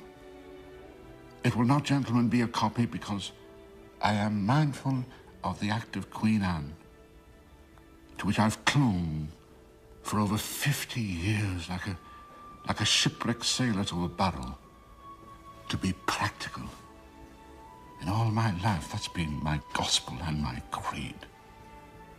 I have an idea that the heat compensation must be within the balance of the watch and not around it. And this morning, I made this. I tried the idea in my first sea clock over 40 years ago. I failed. I didn't understand it. So much I didn't understand it. A compensating balance wheel will simplify the adjustment of the machine so others may make my watches more easily. Should God grant me the time to complete my labors.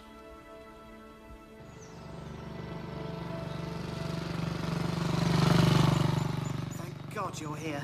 Hurry, please. The producer's having kittens. But I thought the program started at 8. This is television, Commander. We have rehearsals.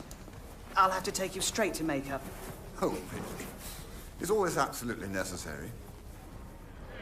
Having constructed a timekeeper, from which discovery... John Harisson never received his award from the Board of Longitude. It came to him by special act of Parliament when he was 80 years old. To pay, or cause to be paid, to the said John Harisson. That sum long promised to him by this House as a reward.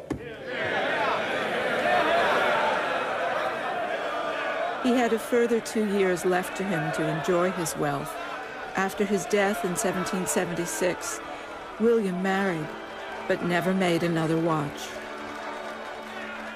After the war, Rupert Gould became a regular member of the Brains Trust, a popular panel show, and appeared several times on television. What makes a man great? A man may be great in his aims or in his achievements or in both, but I think that man is truly great who makes the world his debtor, who does something for the world which the world needs and which nobody before him has done or known how to do. John Harisson was such a man. In 1946, Gould was finally made a curator of the National Maritime Museum. And a year later, he was awarded the Gold Medal of the British Horological Institute. He died in 1948. And even today, there is not a seaman alive anywhere whose track is not made straighter, safer, and more prosperous by the possession of a timekeeper. Gould's notebooks are displayed today at the Royal Observatory. Next to them stand John Harrison's 4 marine timepieces, which together represent one man's struggle against all odds to use the 4th dimension, time, to connect positions on our 3-dimensional globe. Thanks to Harrison's work and others, Greenwich is recognized all over the world as the prime meridian, the longitude 0, by which all time and space is measured, from one millennium to the next.